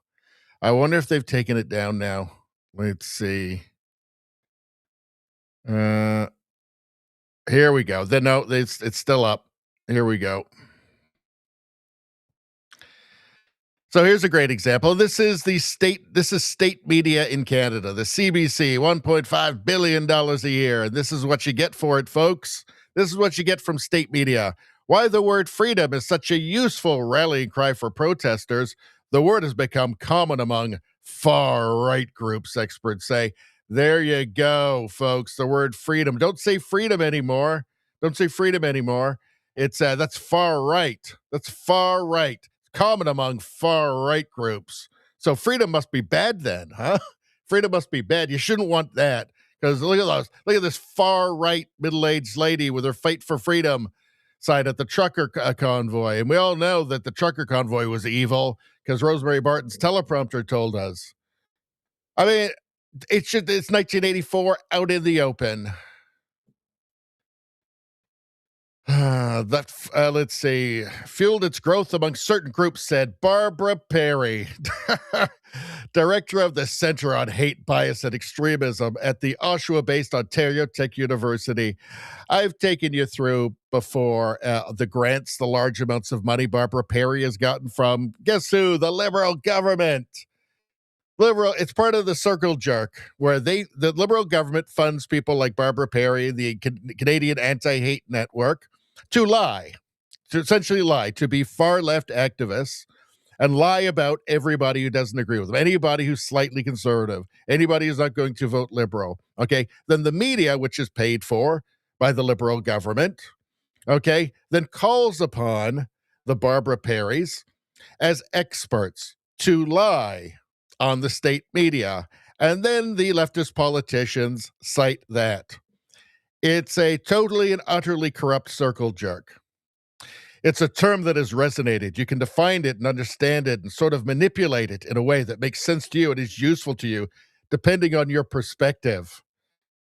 It's a term that has thrived among far-right groups, says Perry, one of a number of experts who say the presence of far-right groups in Canada is growing just in time for the Freedom Convoy. Who could have guessed? Who could have guessed the CBC would run something like this, saying that the very word freedom, is a far-right word, far-right dog whistle. So it's what Konstantin Kisin was just talking about, and the redefining of words right here. Canadian state media, redefining the word freedom for you in the most obvious Orwellian fashion. So it's all right out in the open, folks. And I guess that's a great place to end it off. And that'll make a great clip video, too. All right, so I think we're done. Anybody watching on YouTube, second channel, Radio Baloney News. This is where all the world news, U.S. news, UK news, meme reviews, woke mind virus stuff, gender cult stuff. It's all going to be on Radio Baloney News, the second channel. Not this channel. This is the first channel, Radio Baloney. This one is, 4 months old or something. Radio Baloney News. Let me tell you something. YouTube does not want you to find this. They're not going to hook us up. Absolutely not. They're afraid of us. They're afraid we will become too powerful. So they're going to hide this from you. So you must find it yourself. Do not let the gatekeepers win. Don't let them win. All right. Hope that was motivating. Hope that was inspiring. All right, let's do the last bit of the chat, and then we're getting the hell out of here. Let me see, actually, if there's any good Rumble ads for me to read. Nah. Nothing to motivate me. All right.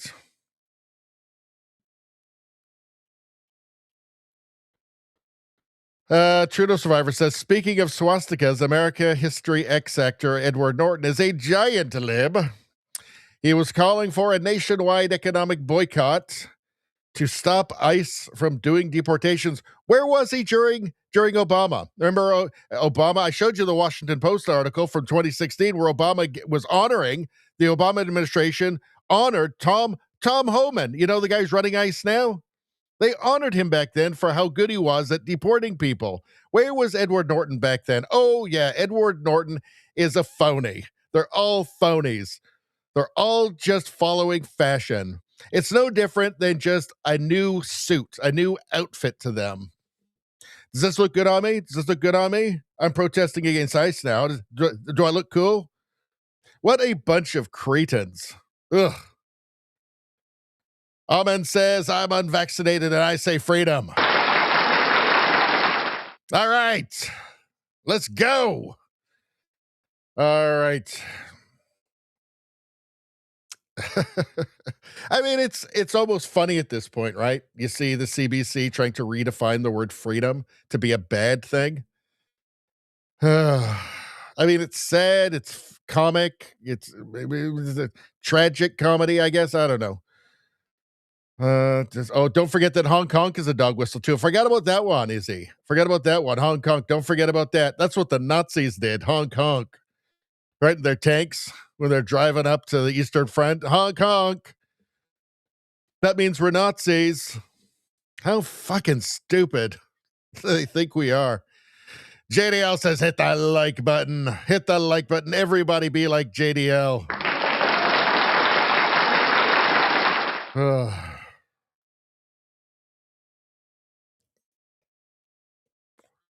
All right, I'm going to skip down a little bit because we got to get going. We've been going for 3 hours and 37 minutes, folks. Rosie says, I hear clip videos are better when the chat is not full of... Let me do it in my 1940s radio voice again. I hear the clip videos are better when the chat is not full of noodles. 100%. Thank you, Rosie. Thank you, Rosie. Rosie's a peach. Canada Spider-Man says the only hope for Alberta is to get the hell out. You may be right. I don't know. I'm trying not to be black-pilled on Canada. I'm really trying. It's hard, though. It's not the same country. It just isn't, like, in any way. All right.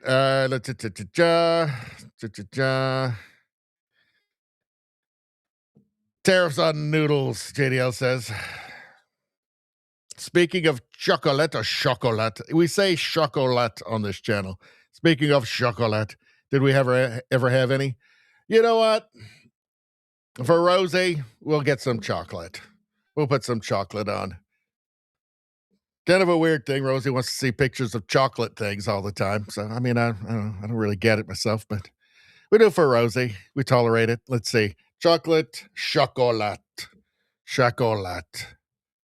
All right, what do we got? Nothing. Eggs? That's not eggs.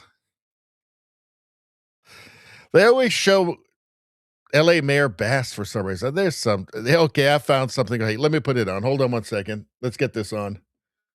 So the word on the street is Todd Howell, 30 years at Channel 10. Do you know how hard that is to believe? I just can't wrap my head around it, as we say in the business. But it's been a great 30 years. I can remember, like it was yesterday, when Todd Howell gave his first weather forecast and said, up here in Texas, I finally figured out where Texas was. So, but I thought maybe this isn't for him. But turns out it was.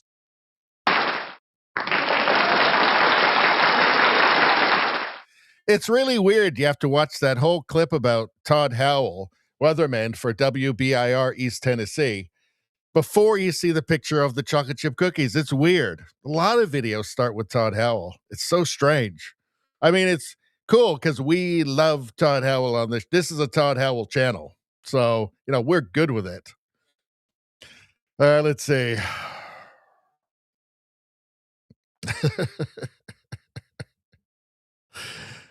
I don't know. I don't know what's going on. JDL says it's Tuesday. It's Tuesday. We got through the whole show without doing the energy. Weird. Normally we start getting tired around 2 hours and we need a little bit of something to pick us up. We're going had some coffee. Nothing. Had a couple of double espressos. Nothing. Smoked some crack. Nothing. Did that blue meth from Bacon Bed. Nothing. Had 13 polar bear adrenaline glands. Nothing. What the hell can get us through this? I don't even know I don't think there's any substance. I don't think there's anything that's powerful enough to. Gave them energy. Gave them energy. Gave them energy. Gave them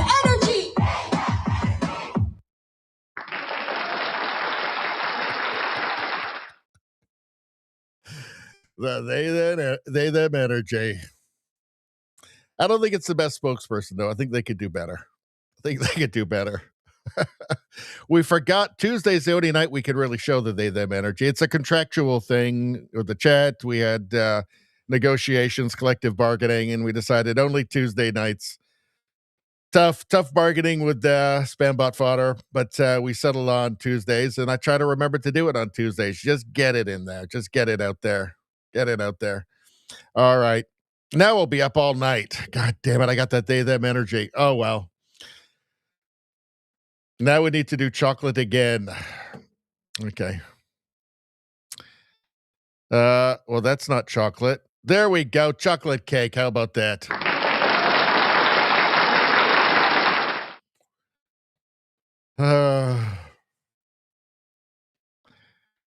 Rosie says, Radio Streamer did not show up to remind us. Somehow when Dramus mentioned it at the very beginning, it got forgotten. I hope I welcomed Dramus in at the beginning. Maybe I missed it in the chat. I don't know. But I don't know. Well, we've done it now. Now I feel bad.